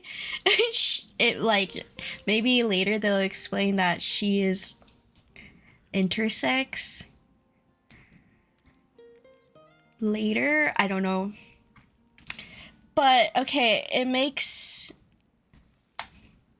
because like I was really confused because during the beginning when they were kicking her, the kids were beating her up, they were like, why are you crying like a girl? You're not a girl, or something like that. And I was thinking like she was part shade. And then literally later she becomes part shade. I'm like, then what are they talking about? I just had to know. But also, Emil is gay. King.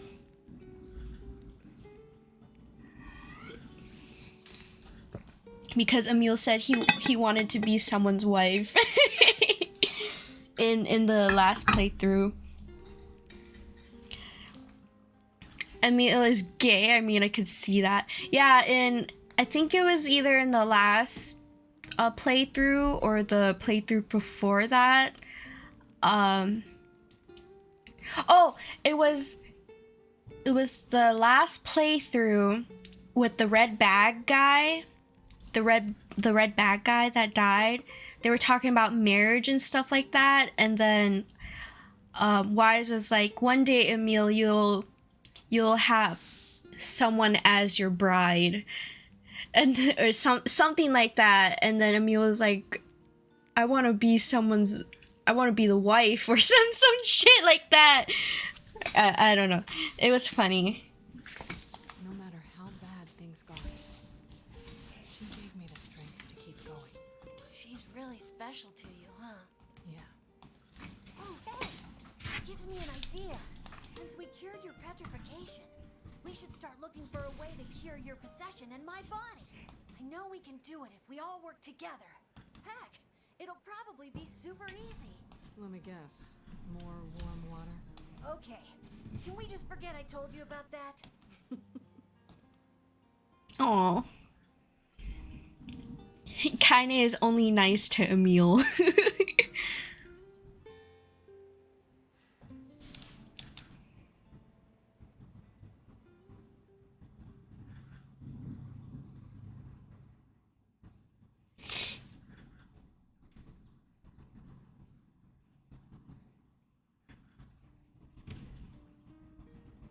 Sleep well?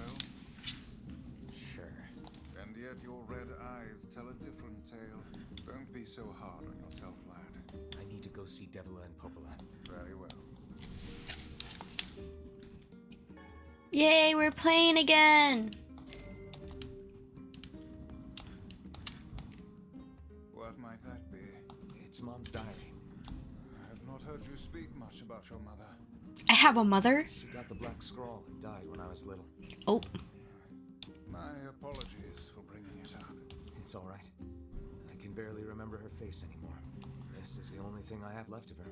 Reading it helps remind me of when we were still a family. I see.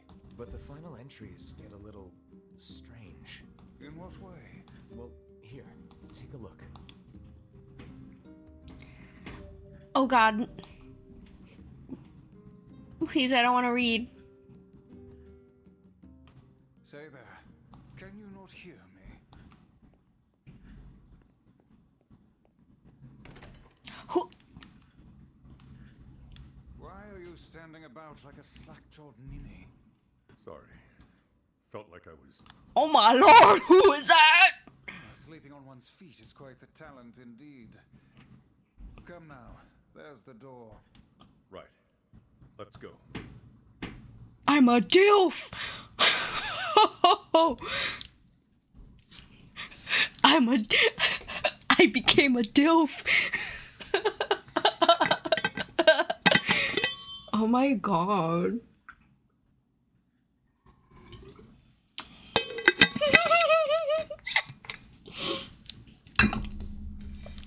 Who? Daddy! Daddy! Wait. Why am I on knees on the... Ooh.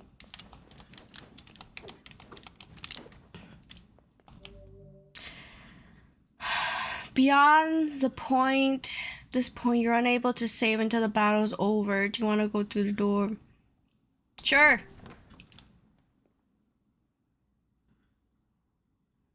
I don't know who I'm fighting, but...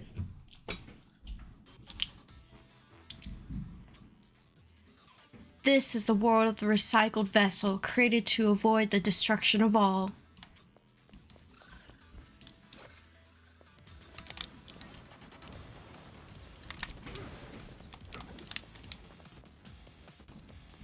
Damn, I am a DILF.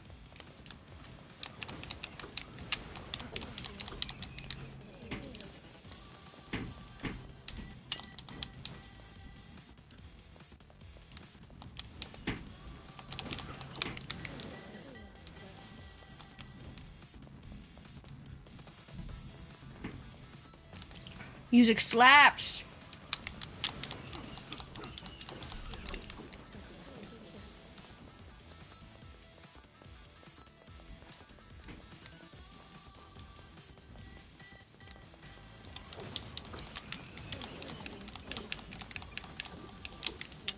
Oh my god.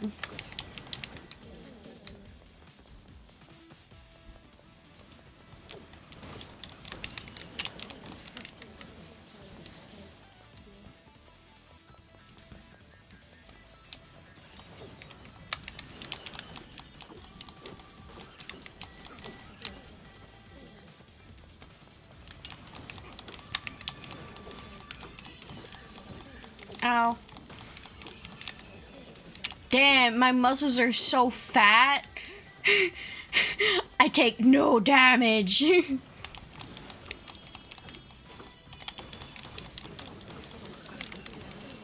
There's a boss somewhere.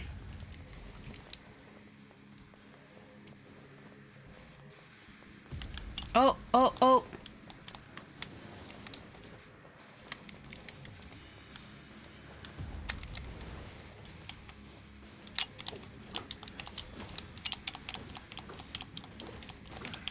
Damn.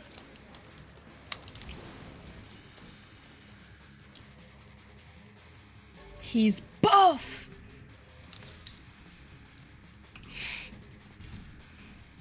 Daddy sigh.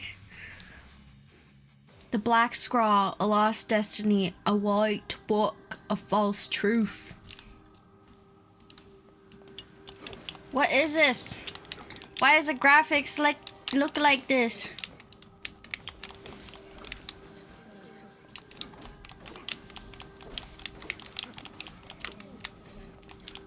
Everything is so warped. Stop. Why are you running?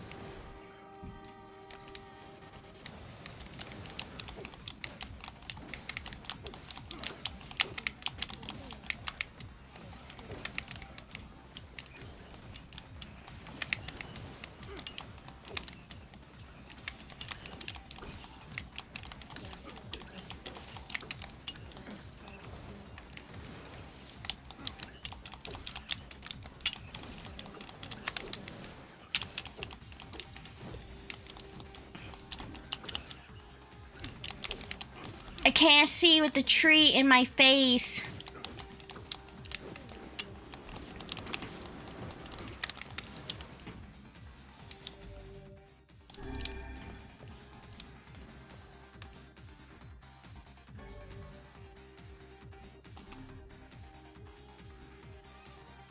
The mailbox is empty today. I hope I get a letter from Sai tomorrow. I'm kind of confused because soldiers of Salt called forth White Death. There are legions. There are legions who plunged the world of darkness. I'm so confused if I was supposed to be playing Kaine. I don't know. Why am I old? Why is the brother old as fuck now?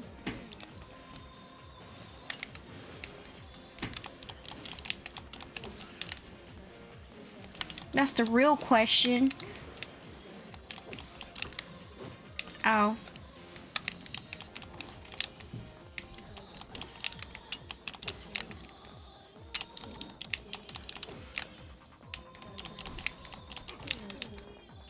Damn, I'm so strong. I'm one-hitting everyone.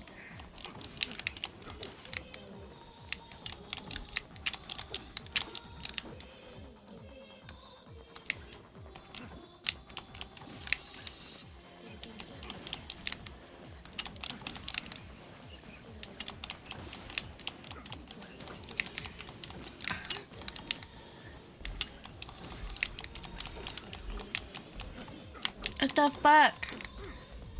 Ow.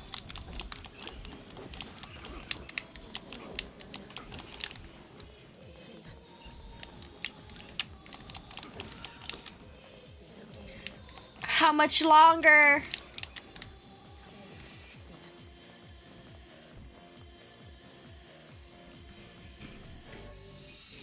I got a weapon. The dragon's corpse brought death to the world, delivering unto its magical powers.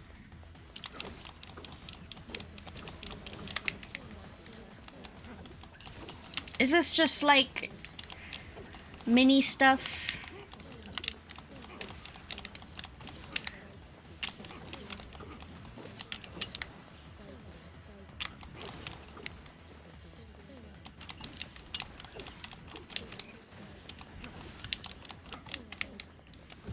Oh,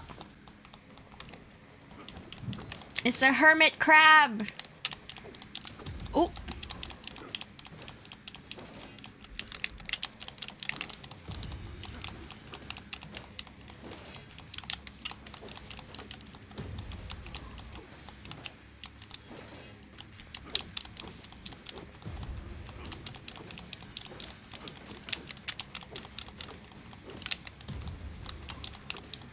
Yeah.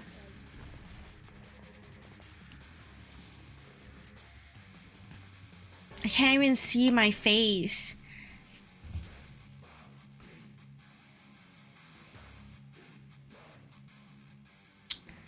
The black sickness stained the future. They journey to return the soulless vessels.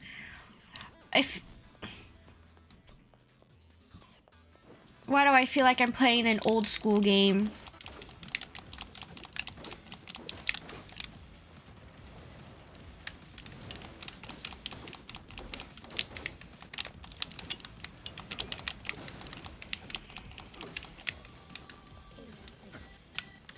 Oh.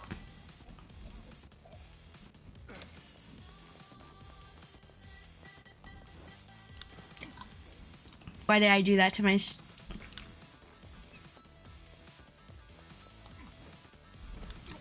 What the fuck? I literally went on.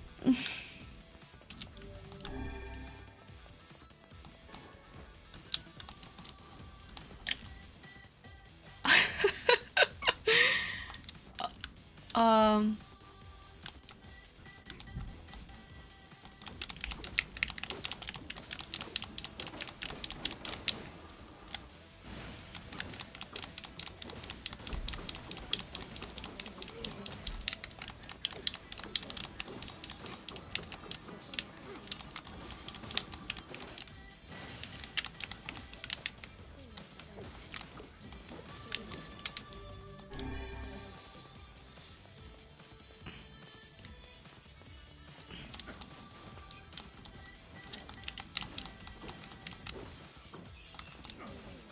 Okay. I keep falling.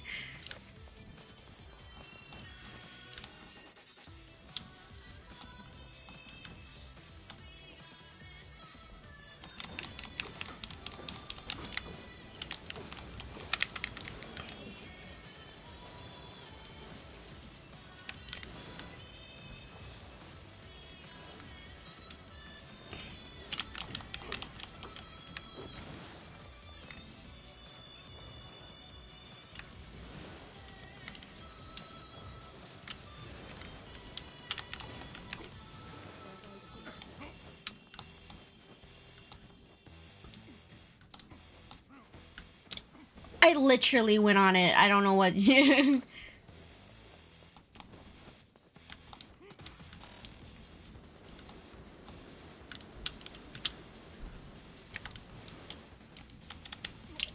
Jesus Christ.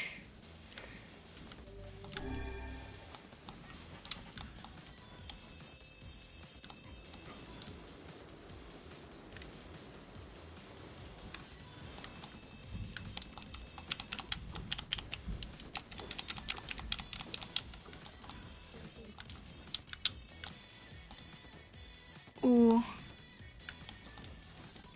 Are you okay?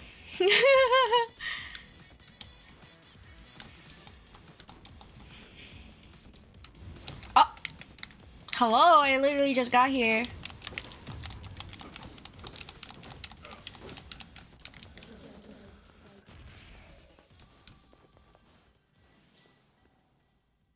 Okay. Kabuki outfit. Ooh. I guess that was like a mini, like a thing.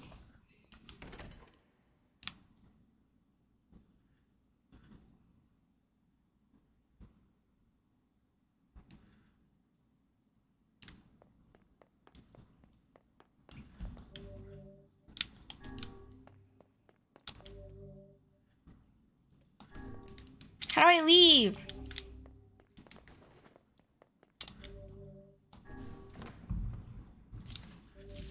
I'll do this on my own time. I just wanted... I got a letter from Emil. He says Sai is super strong and really, really cool. I hope I can see him kick butt someday.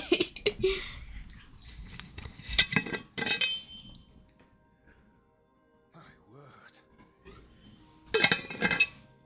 Something wrong? I feel as if I've just awoken from a most unpleasant dream. I know what you mean. That happens to me whenever I read it.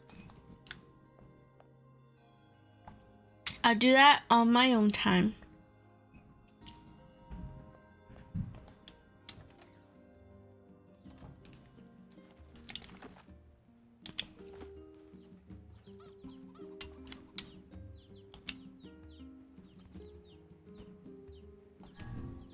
Ooh.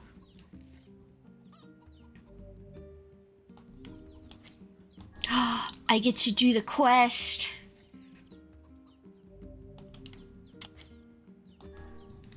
I got some indigo ones. 5. Oh, discard.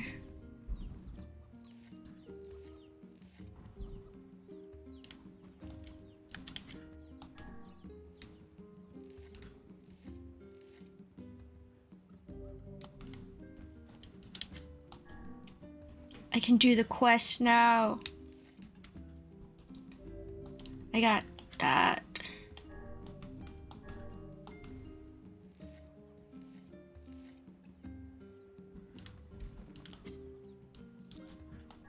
Imagine if I hit discard here. Oh my god.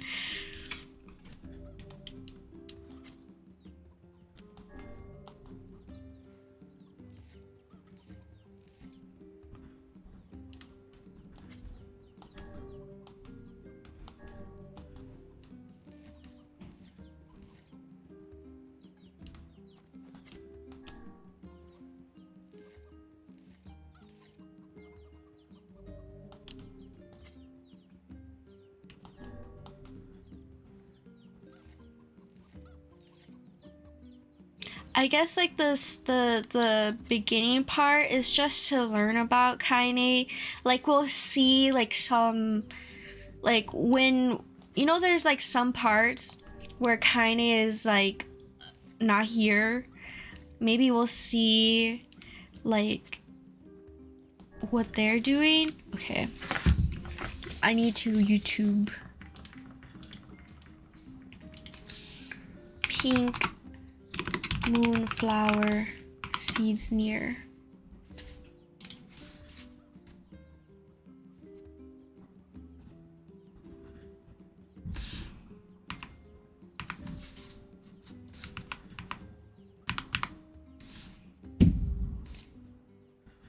red, indigo, red, indigo.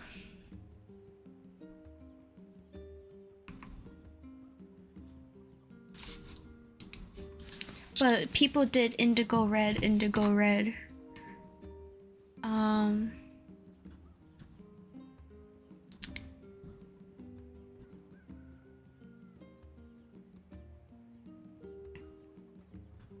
Okay, I'm gonna do indigo, red.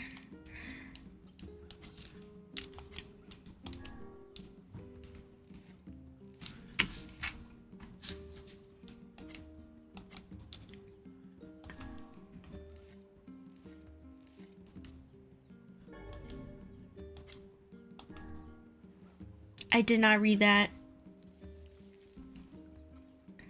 Indigo.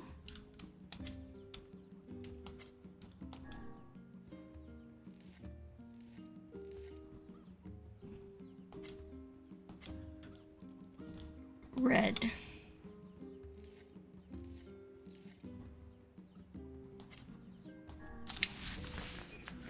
I have to finish this quest.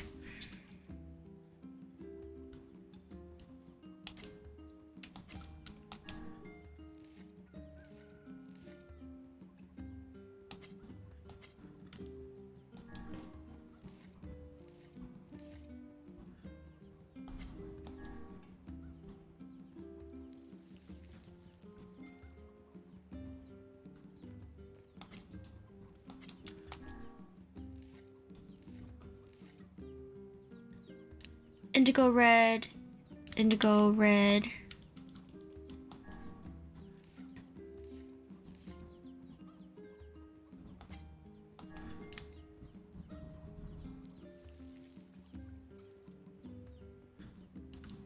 Okay. Indigo.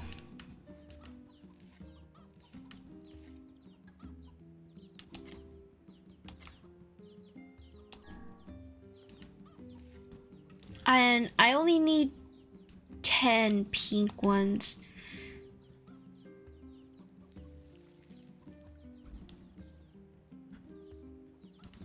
Okay.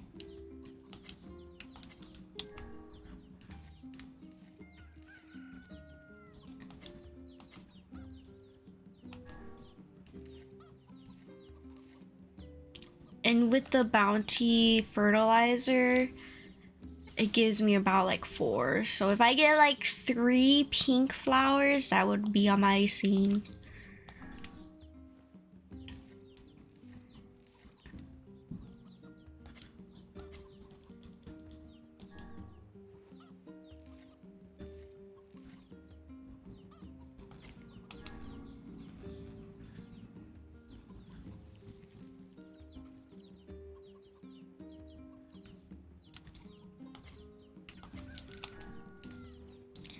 Indigo, red. This one is indigo.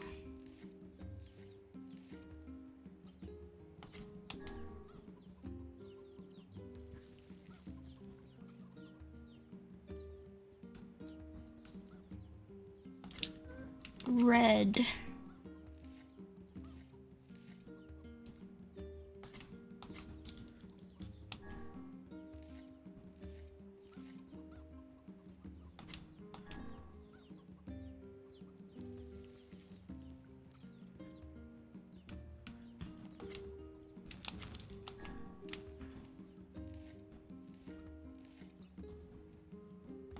And then indigo.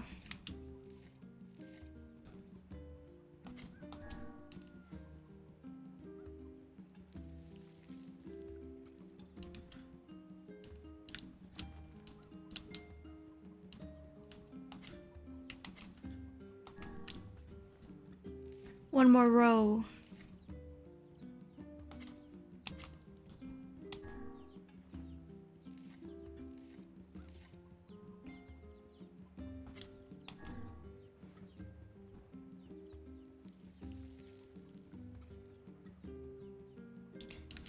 Red.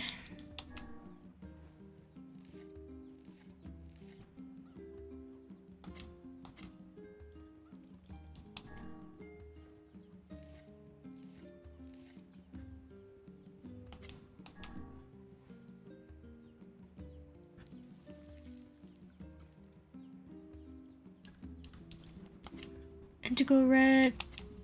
Indigo.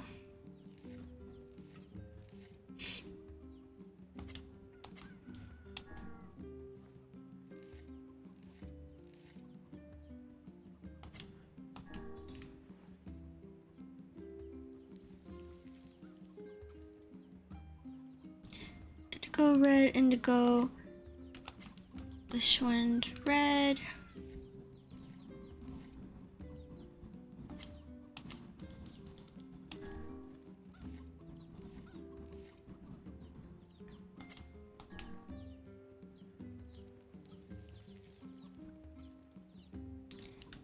And then last one.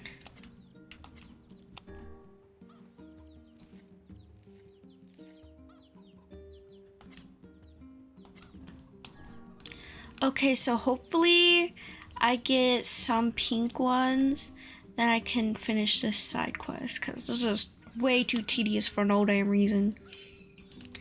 And it takes 2 days. I'm at 92%. No incomplete quest.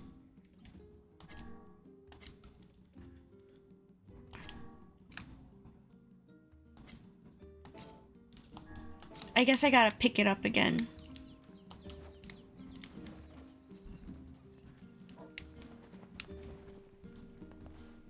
Hey, Oh, hi.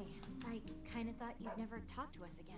I understand you're doing this for the village, and that you don't have a choice. Pretty much, yeah. But look, why don't you go talk to Popola? I think she wanted to discuss the Shadow Lord with you. I'm headed there next. Oh, and Devila, Yeah? sorry about yesterday. I shouldn't have lost my temper like that. You don't need to apologize. Anyone would be upset when their friends are hurting. Let Emil and Kaine know that we're sorry, alright? All right.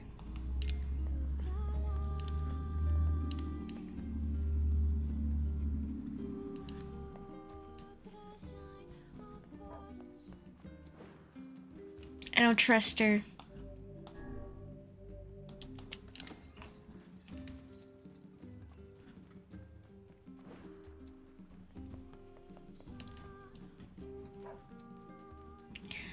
I want to know the truth.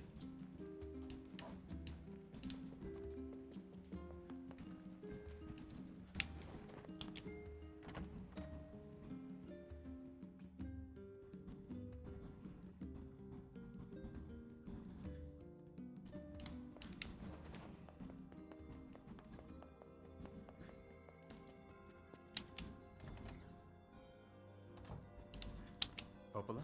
Oh. Hello. Look, I want to apologize for Stop. You didn't do anything wrong.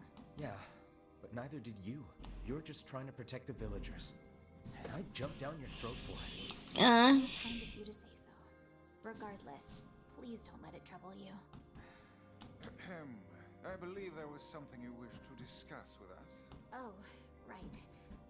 Yes, about that. You know about the lost shrine, right? The temple where I was first discovered. That's it. Well, it seems that the Shadow Lord's lair is connected to it somehow. Oh ho. It was right under our pages the whole time. But the bridge that leads there is unusable. So take a boat. A boat? Yes. The canal's finally been repaired. It took a lot longer than expected. What with the shades and all.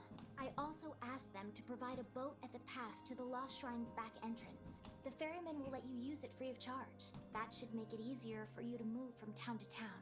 Thanks, Popola. I feel like you've done so much for me. I'm really grateful. All right, I'll see you around. And for the love of everything, be careful. You're gonna kill me later, so I don't know.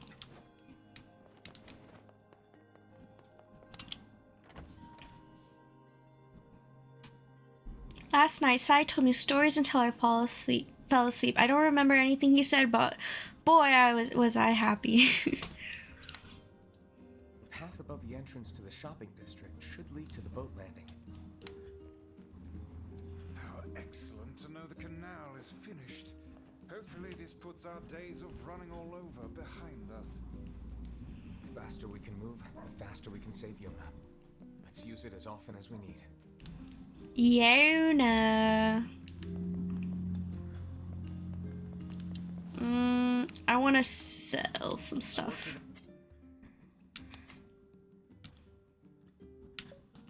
Cause I want to get a lot of money.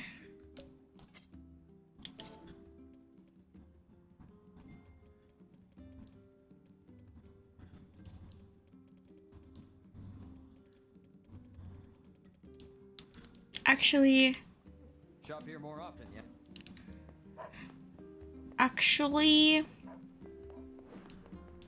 No. Maybe I'll save, I'll sell my stuff later. What have we got today? Which job should I give you first? A facade resident is looking for help. It's about flowers or something like that.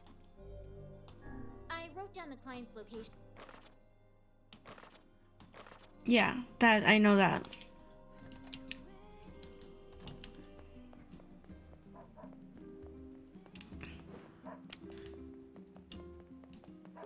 I'll go there when I need to, because I don't have the flowers yet. Working on it. It's the guy with the red bag! Hey, look who it is. Remember me? That red bag. My pages. You're the slovenly half of that couple who refused to stop arguing. Hey, it's been a while. Sure has. I've been in charge of this canal since we last talked. Apparently I did a pretty good job with it because they decided to make me the permanent ferryman. Oh yeah, huh? Congrats. Thanks. Still, it's not all puppies and unicorns. The old ball and chain is always harping on me now about how much I work. Anyway. Ball and chain. Just let me know and I'll take you there.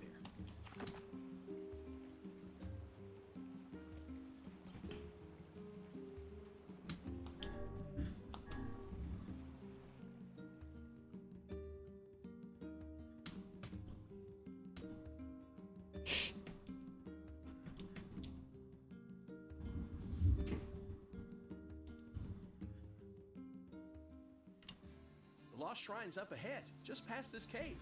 As well as the Shadow Lord's castle. Let us make haste.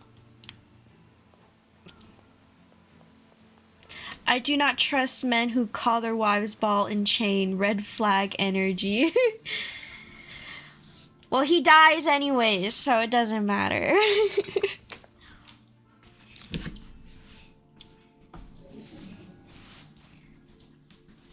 Gretel, Hansel.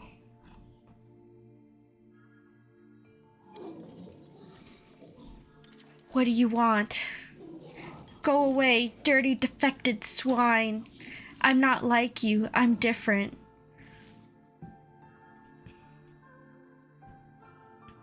Oh, so it's like Nier Automata where I get to see the perspective of the shades.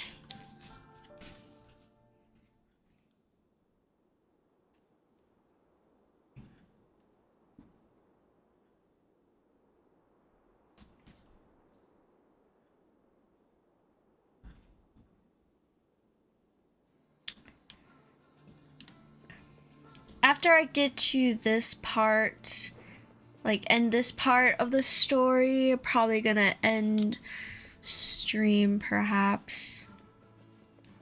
Cause the next would just be collecting the keys, I believe.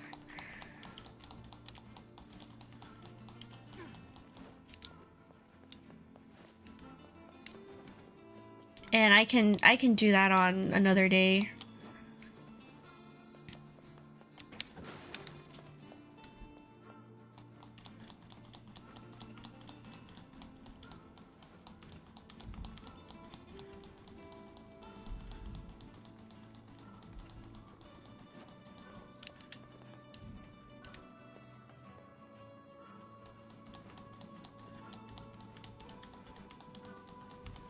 Oh wait, this is the part where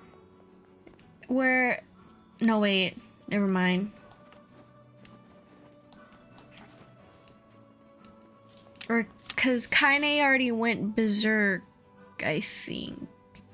Or was it after this? Or is there during this right now? I don't remember. You again? Stop bothering me. Grimoire Wise has been taken away. Hansel is dead.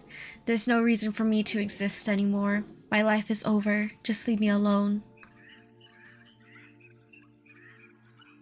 What?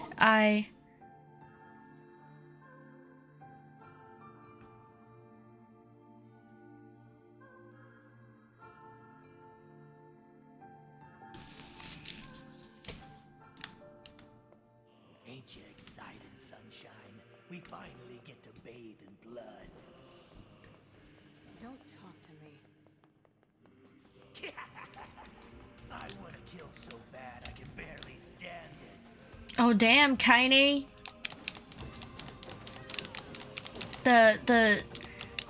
Her shade is talking to her.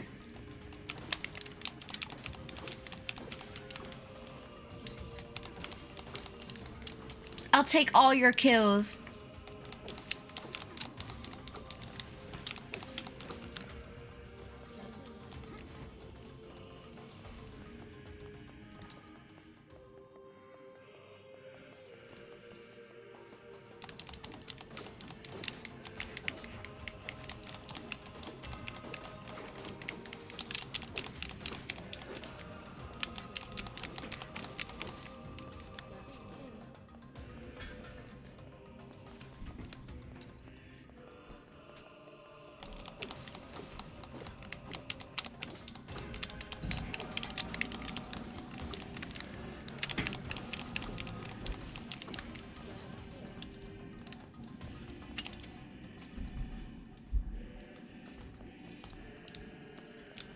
Ugh.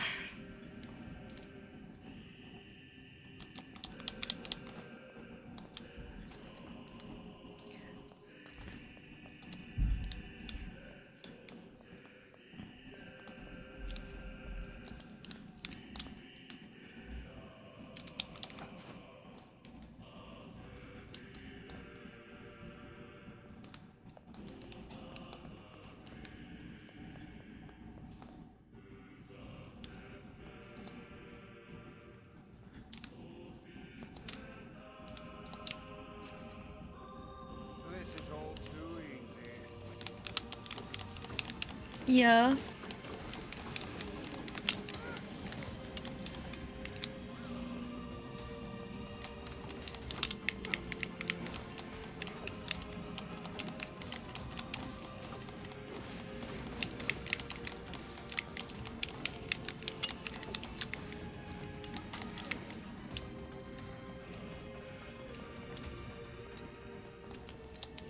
Gotta go this way.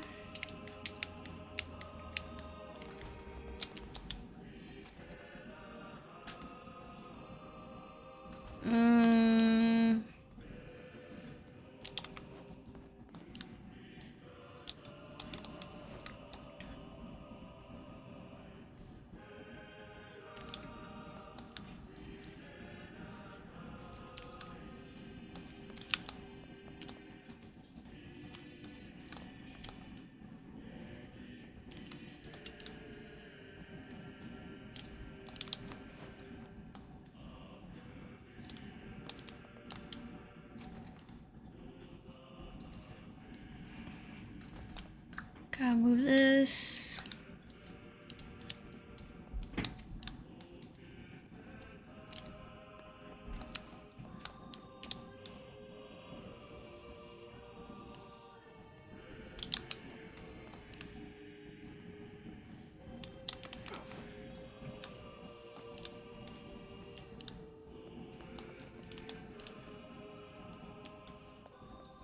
I'm getting kind of hungry.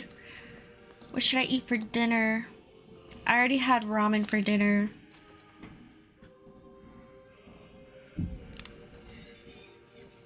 Turn back. Turn back. What's with these guys? Certainly not your garden variety of shades. Their bodies aren't fully functional. Say, I've heard of this. A cursed area where incomplete shades gather.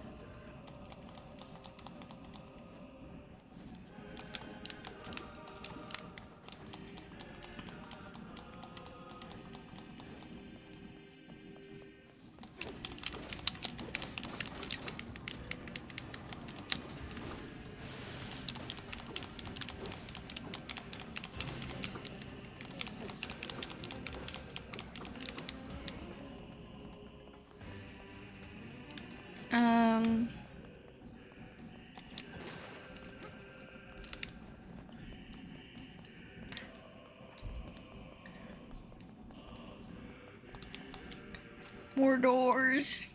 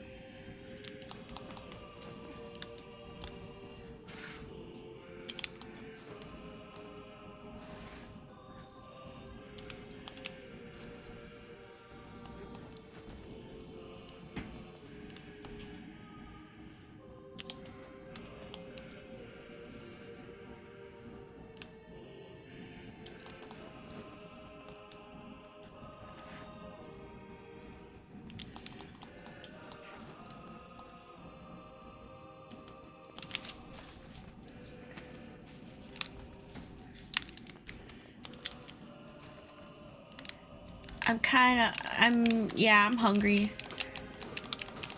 I didn't really make anything for dinner.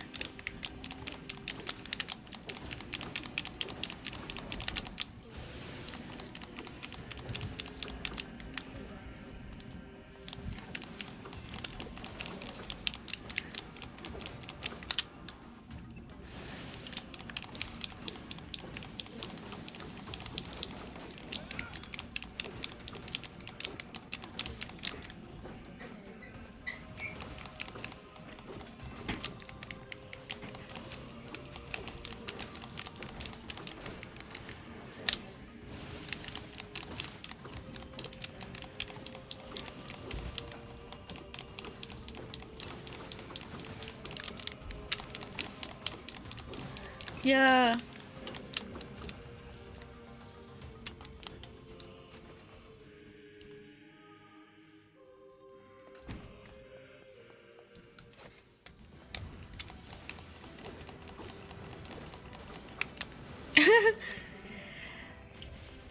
I'm so like I'm not even like leveled up that much. What level am I? I'm only level 31 and I'm kicking everyone's ass.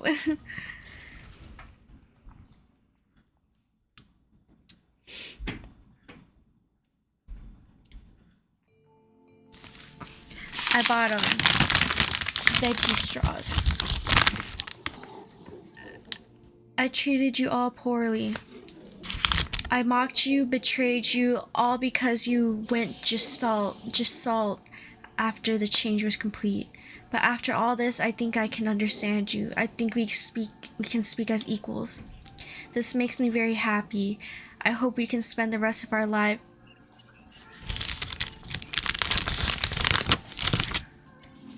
Or that.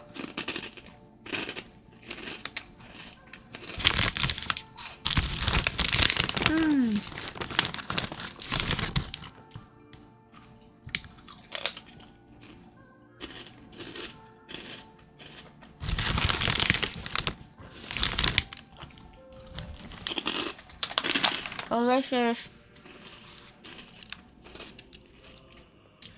Kaine, Emil, look, from now on, I'm going to sleep outside with you. Why? I can't accept that you aren't allowed in the village. It's stupid. So you're staging a protest? Fun! Don't waste your time. But it just feels wrong. Well, that's really nice of you, but you still don't have to stay out here with us. You got a super important mission. You can't sleep out in the rain. What if you catch a cold? Besides, I like camping with Kaine. Sometimes we sit around the fire and tell stories, or roast... Roast marshmallows. Enough. I got a fucking image to maintain. I got a fucking image.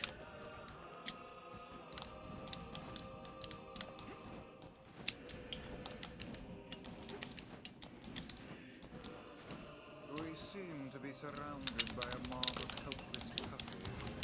Just kick them aside.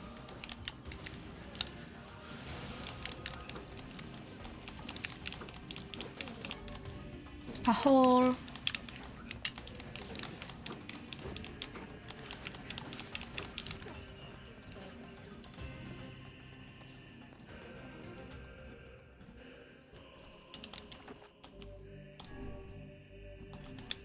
Okay.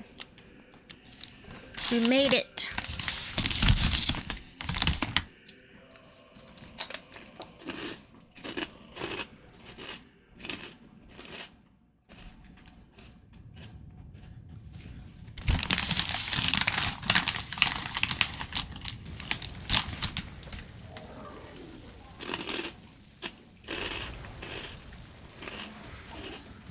Don't touch him!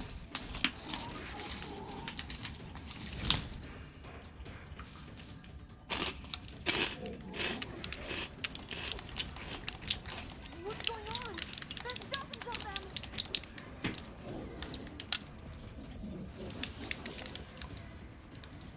These are creatures of the darkness. Lure them to the light. Pathetic to the end, I see. Aim for that statue. It's the leader. I am not their leader. It is I who rely on them. It is they who saved me.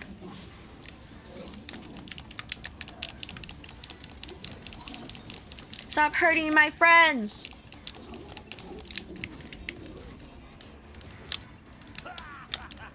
Oh, you're funny. I'm gonna start crying.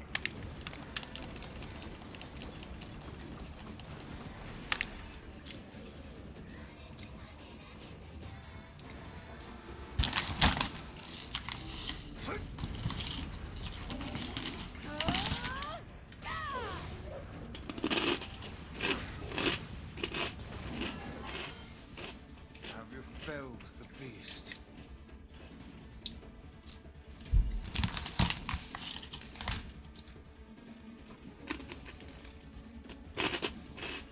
Those are my friends.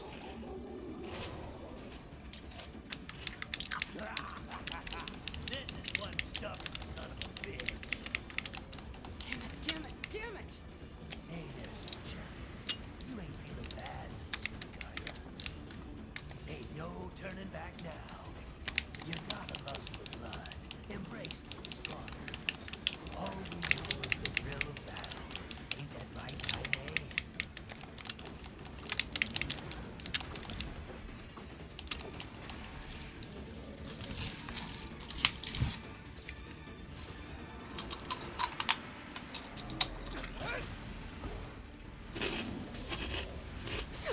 God. God damn.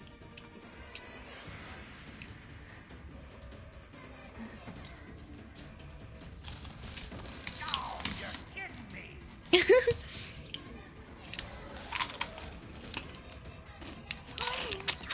It's only funny now because we know she's alive. Move, move, come on, you stupid arm, move.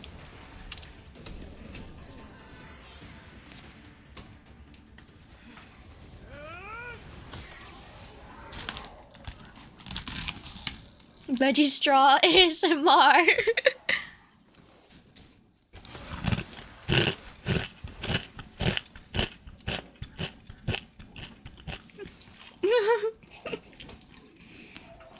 Crunch. I'll give you another one.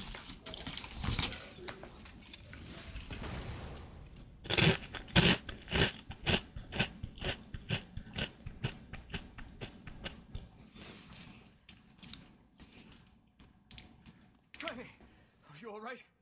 Kaine! I fear there is little we can do for her. No! Kaine!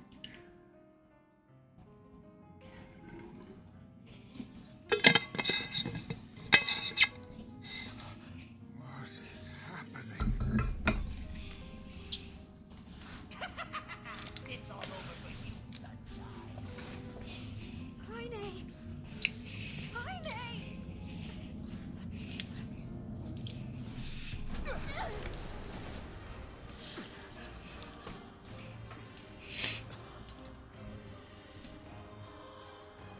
It took me forever to figure out how to beat her up.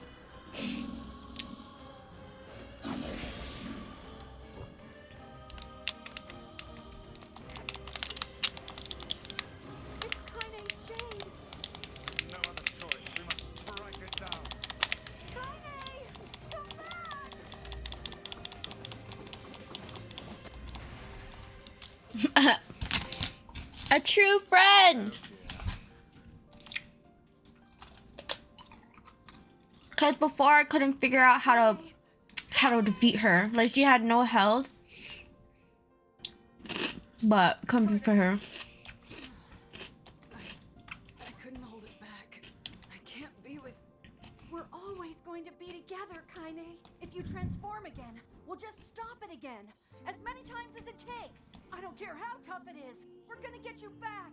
I like sleeping outside because I'm with you, Kaine. I'm able to ignore my appearance and keep going because of you. I'm weak and I'm sad and I'm lonely. But you make me strong. Go off, Emil. And I need you. So don't you dare leave me.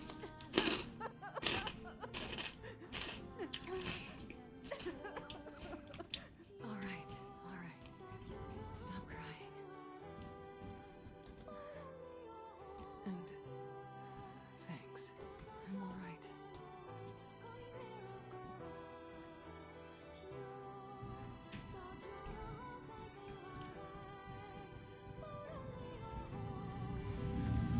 Over there.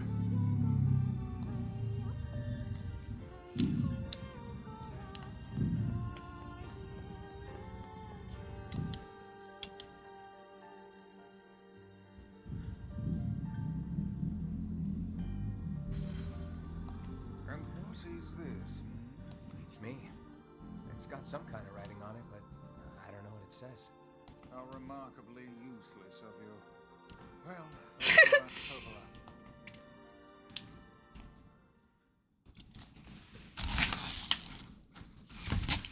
Ow. It's a cipher of some kind. Can you determine its meaning? I think this is the key to unlocking the Shadow Lord's castle. Here, take a look at this. I wrote down all the words I can understand. This fragment is called the Stone Guardian. Given that you found it in the Lost Shrine, the words must mean something. There are spaces here for 4 other fragments as well. Sacrifice, the Law of Robotics, the Memory Tree, Loyal Cerberus. The Law of Robotics probably refers to the Junk Heap, and the Memory Tree might be the Forest of Myth. But as for Sacrifice and Loyal Cerberus, I don't have a clue. Not a problem. If we want to fill in the words, we just run around the world killing every big monster we find. Oh, splendid. By all means, let us undertake a murderous rampage. They're just shades. Besides, it's the only way to reach the Shadow Lord. It's a dangerous task. Yeah, well, Yona's in even more danger. But how can She's you just even be sure sleeping. that she's... Because she is! Right? The Junk Heap and the Forest of Myth, yeah? I'm on my way. Please be careful. Don't push yourself too hard. Oh, and listen. About Kaine and Emil. The villagers know how much they've sacrificed, and they're thankful. It's just... they're scared, you know? People can't Yeah, change whatever. overnight. I'll carry them along the best I can. But can you please give me a little more time? Whatever.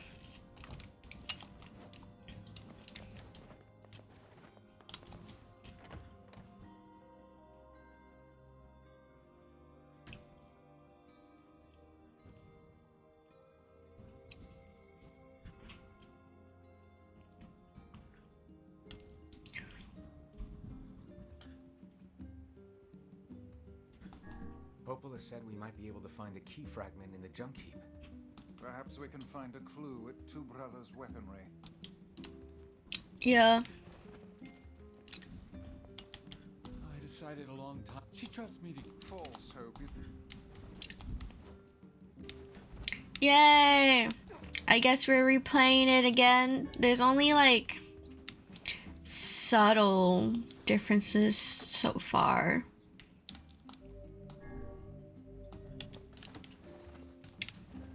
But at least I get to finish this quest.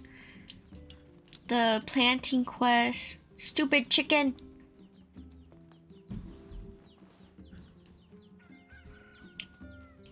Yeah. I guess. But like, Even then, okay, I could go find swords, all swords locations. But like the quest, it says I'm missing, I'm at 92%, but the only one that they give me is just one quest. Uncompleted. Completed. All quests.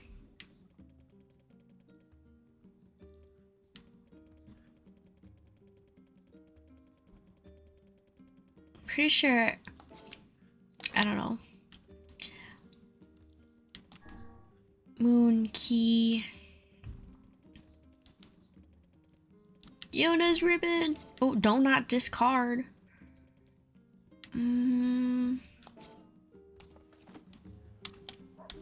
Oh, no. How do I change? Maybe let's go inside our house.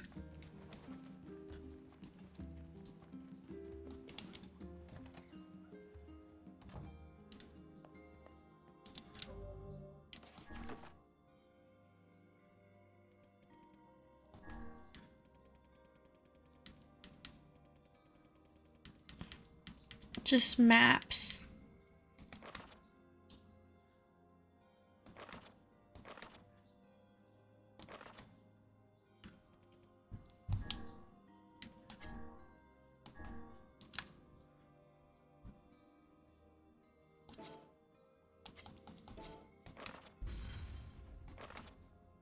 Okay.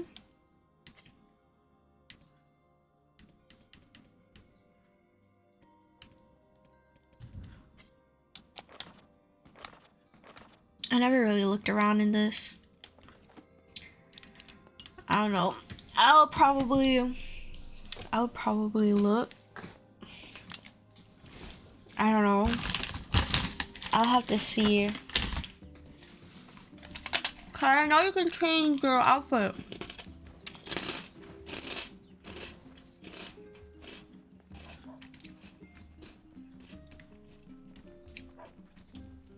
Let's see if I can upgrade some weapons.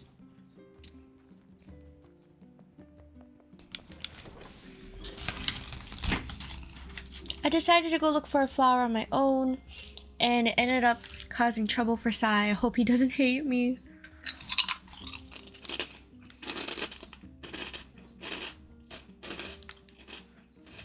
Hi, y'all.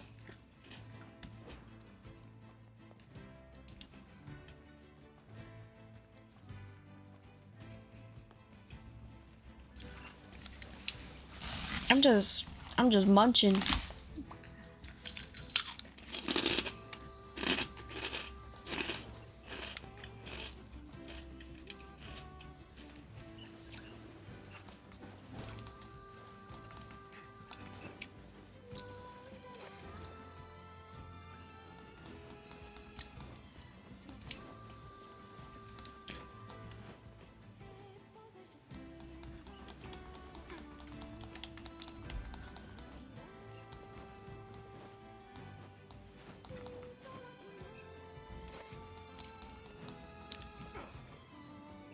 Let's just head to the junk heap.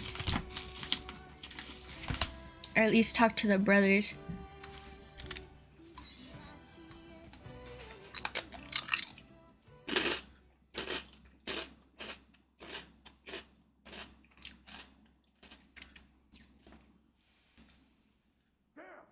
Where'd they go?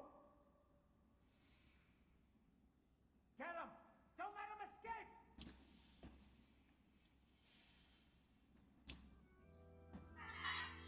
Are we gonna die, Mom? My child.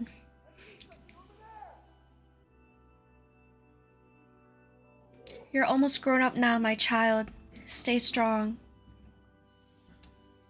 You must run now. Do you understand? Run as fast as you can. What about you? I'll challenge them and give you time to escape. No, you can't. Be safe, my child. Be safe and happy. Promise me that you'll remember your mother.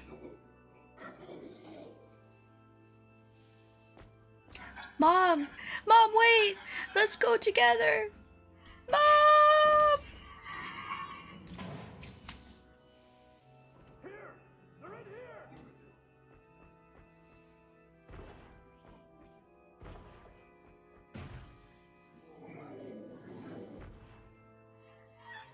Mom, no!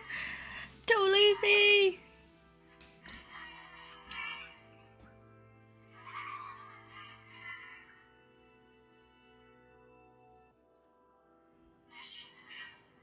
Mom, why?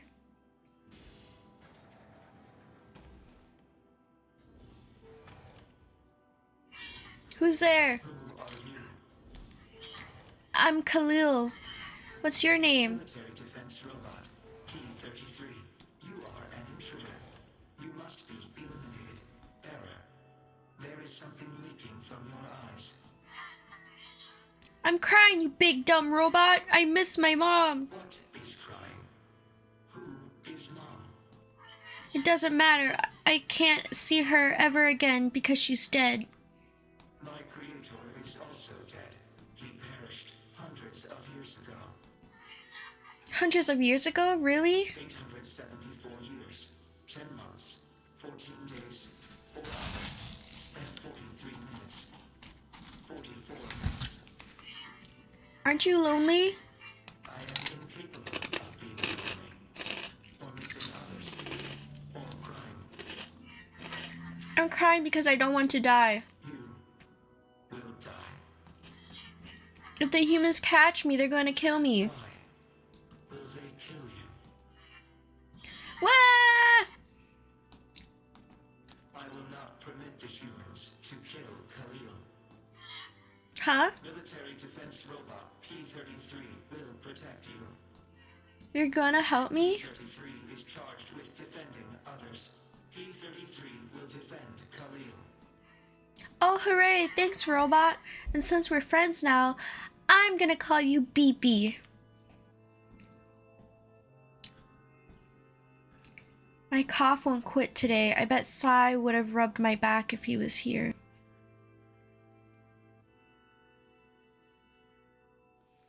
Man, there's gotta be tons of machinery here. Yeah, but I don't know how much we can actually use. Oh, wow. Check this out. It looks brand new. Hey, be careful, all right? This place is dangerous.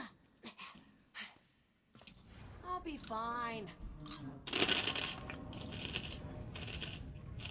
Oh no! Huh? Look out! Huh?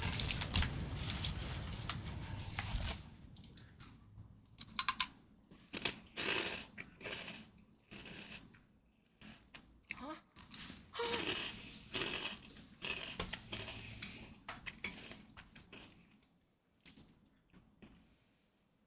Jacob? Oh God, this can't be happening! Jacob! Jacob! He's dead, motherfucker.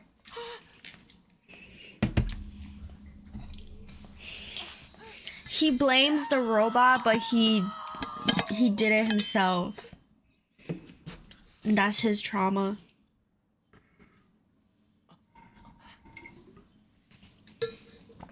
He blamed it on P33. He blamed it on BP.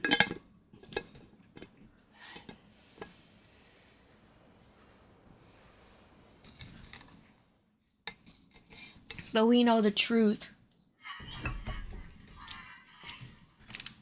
Wow, that was scary. The noise of the intruders caused the structure to fail. They should have proceeded with more caution. One intruder has perished. Oh, that's terrible. I don't think they were chasing me. They seemed nice.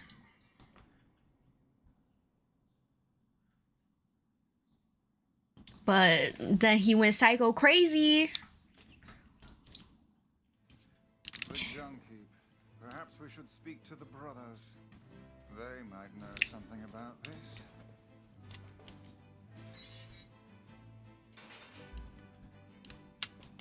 Oh, hey there. You're the little one, aren't you? We already went through this. It's what it you heard? Not the little. No, all just never mind. Yes. Don't we all? These things happen the second time around. Yeah. Can you? I can. If you'll. Oh my god, they just hit the fourth dimension. You got it. Because we already got that sword, and Wise is like, and then Sai is like, didn't we already get this sword? But he don't know that. I'm gonna only the rip. You got. What can I help you with? Come. Okay. Yay! Okay, I'm gonna save and end stream now. Okay.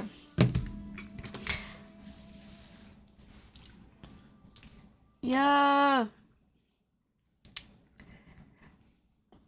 We're basically replaying the game again, but there are some things that are different. And it's pretty interesting to see like the different sides to things. So, I'm excited for what's to come. Thank you all for watching, and I will probably see you all on Sunday night, probably. Yeah, Sunday night. Please follow me on Instagram and subscribe to me on YouTube to view my past streams and then join my Discord. Yeah, good stream. Thank you. But yeah, I'll see you all on Sunday. I will be busy tomorrow at a concert and then going to a carnival on Saturday. Yay! Yeah. But anyways, have a good I love you too. Anyways, okay, bye. Have a good night, everyone. I will see you all on Sunday. Bye.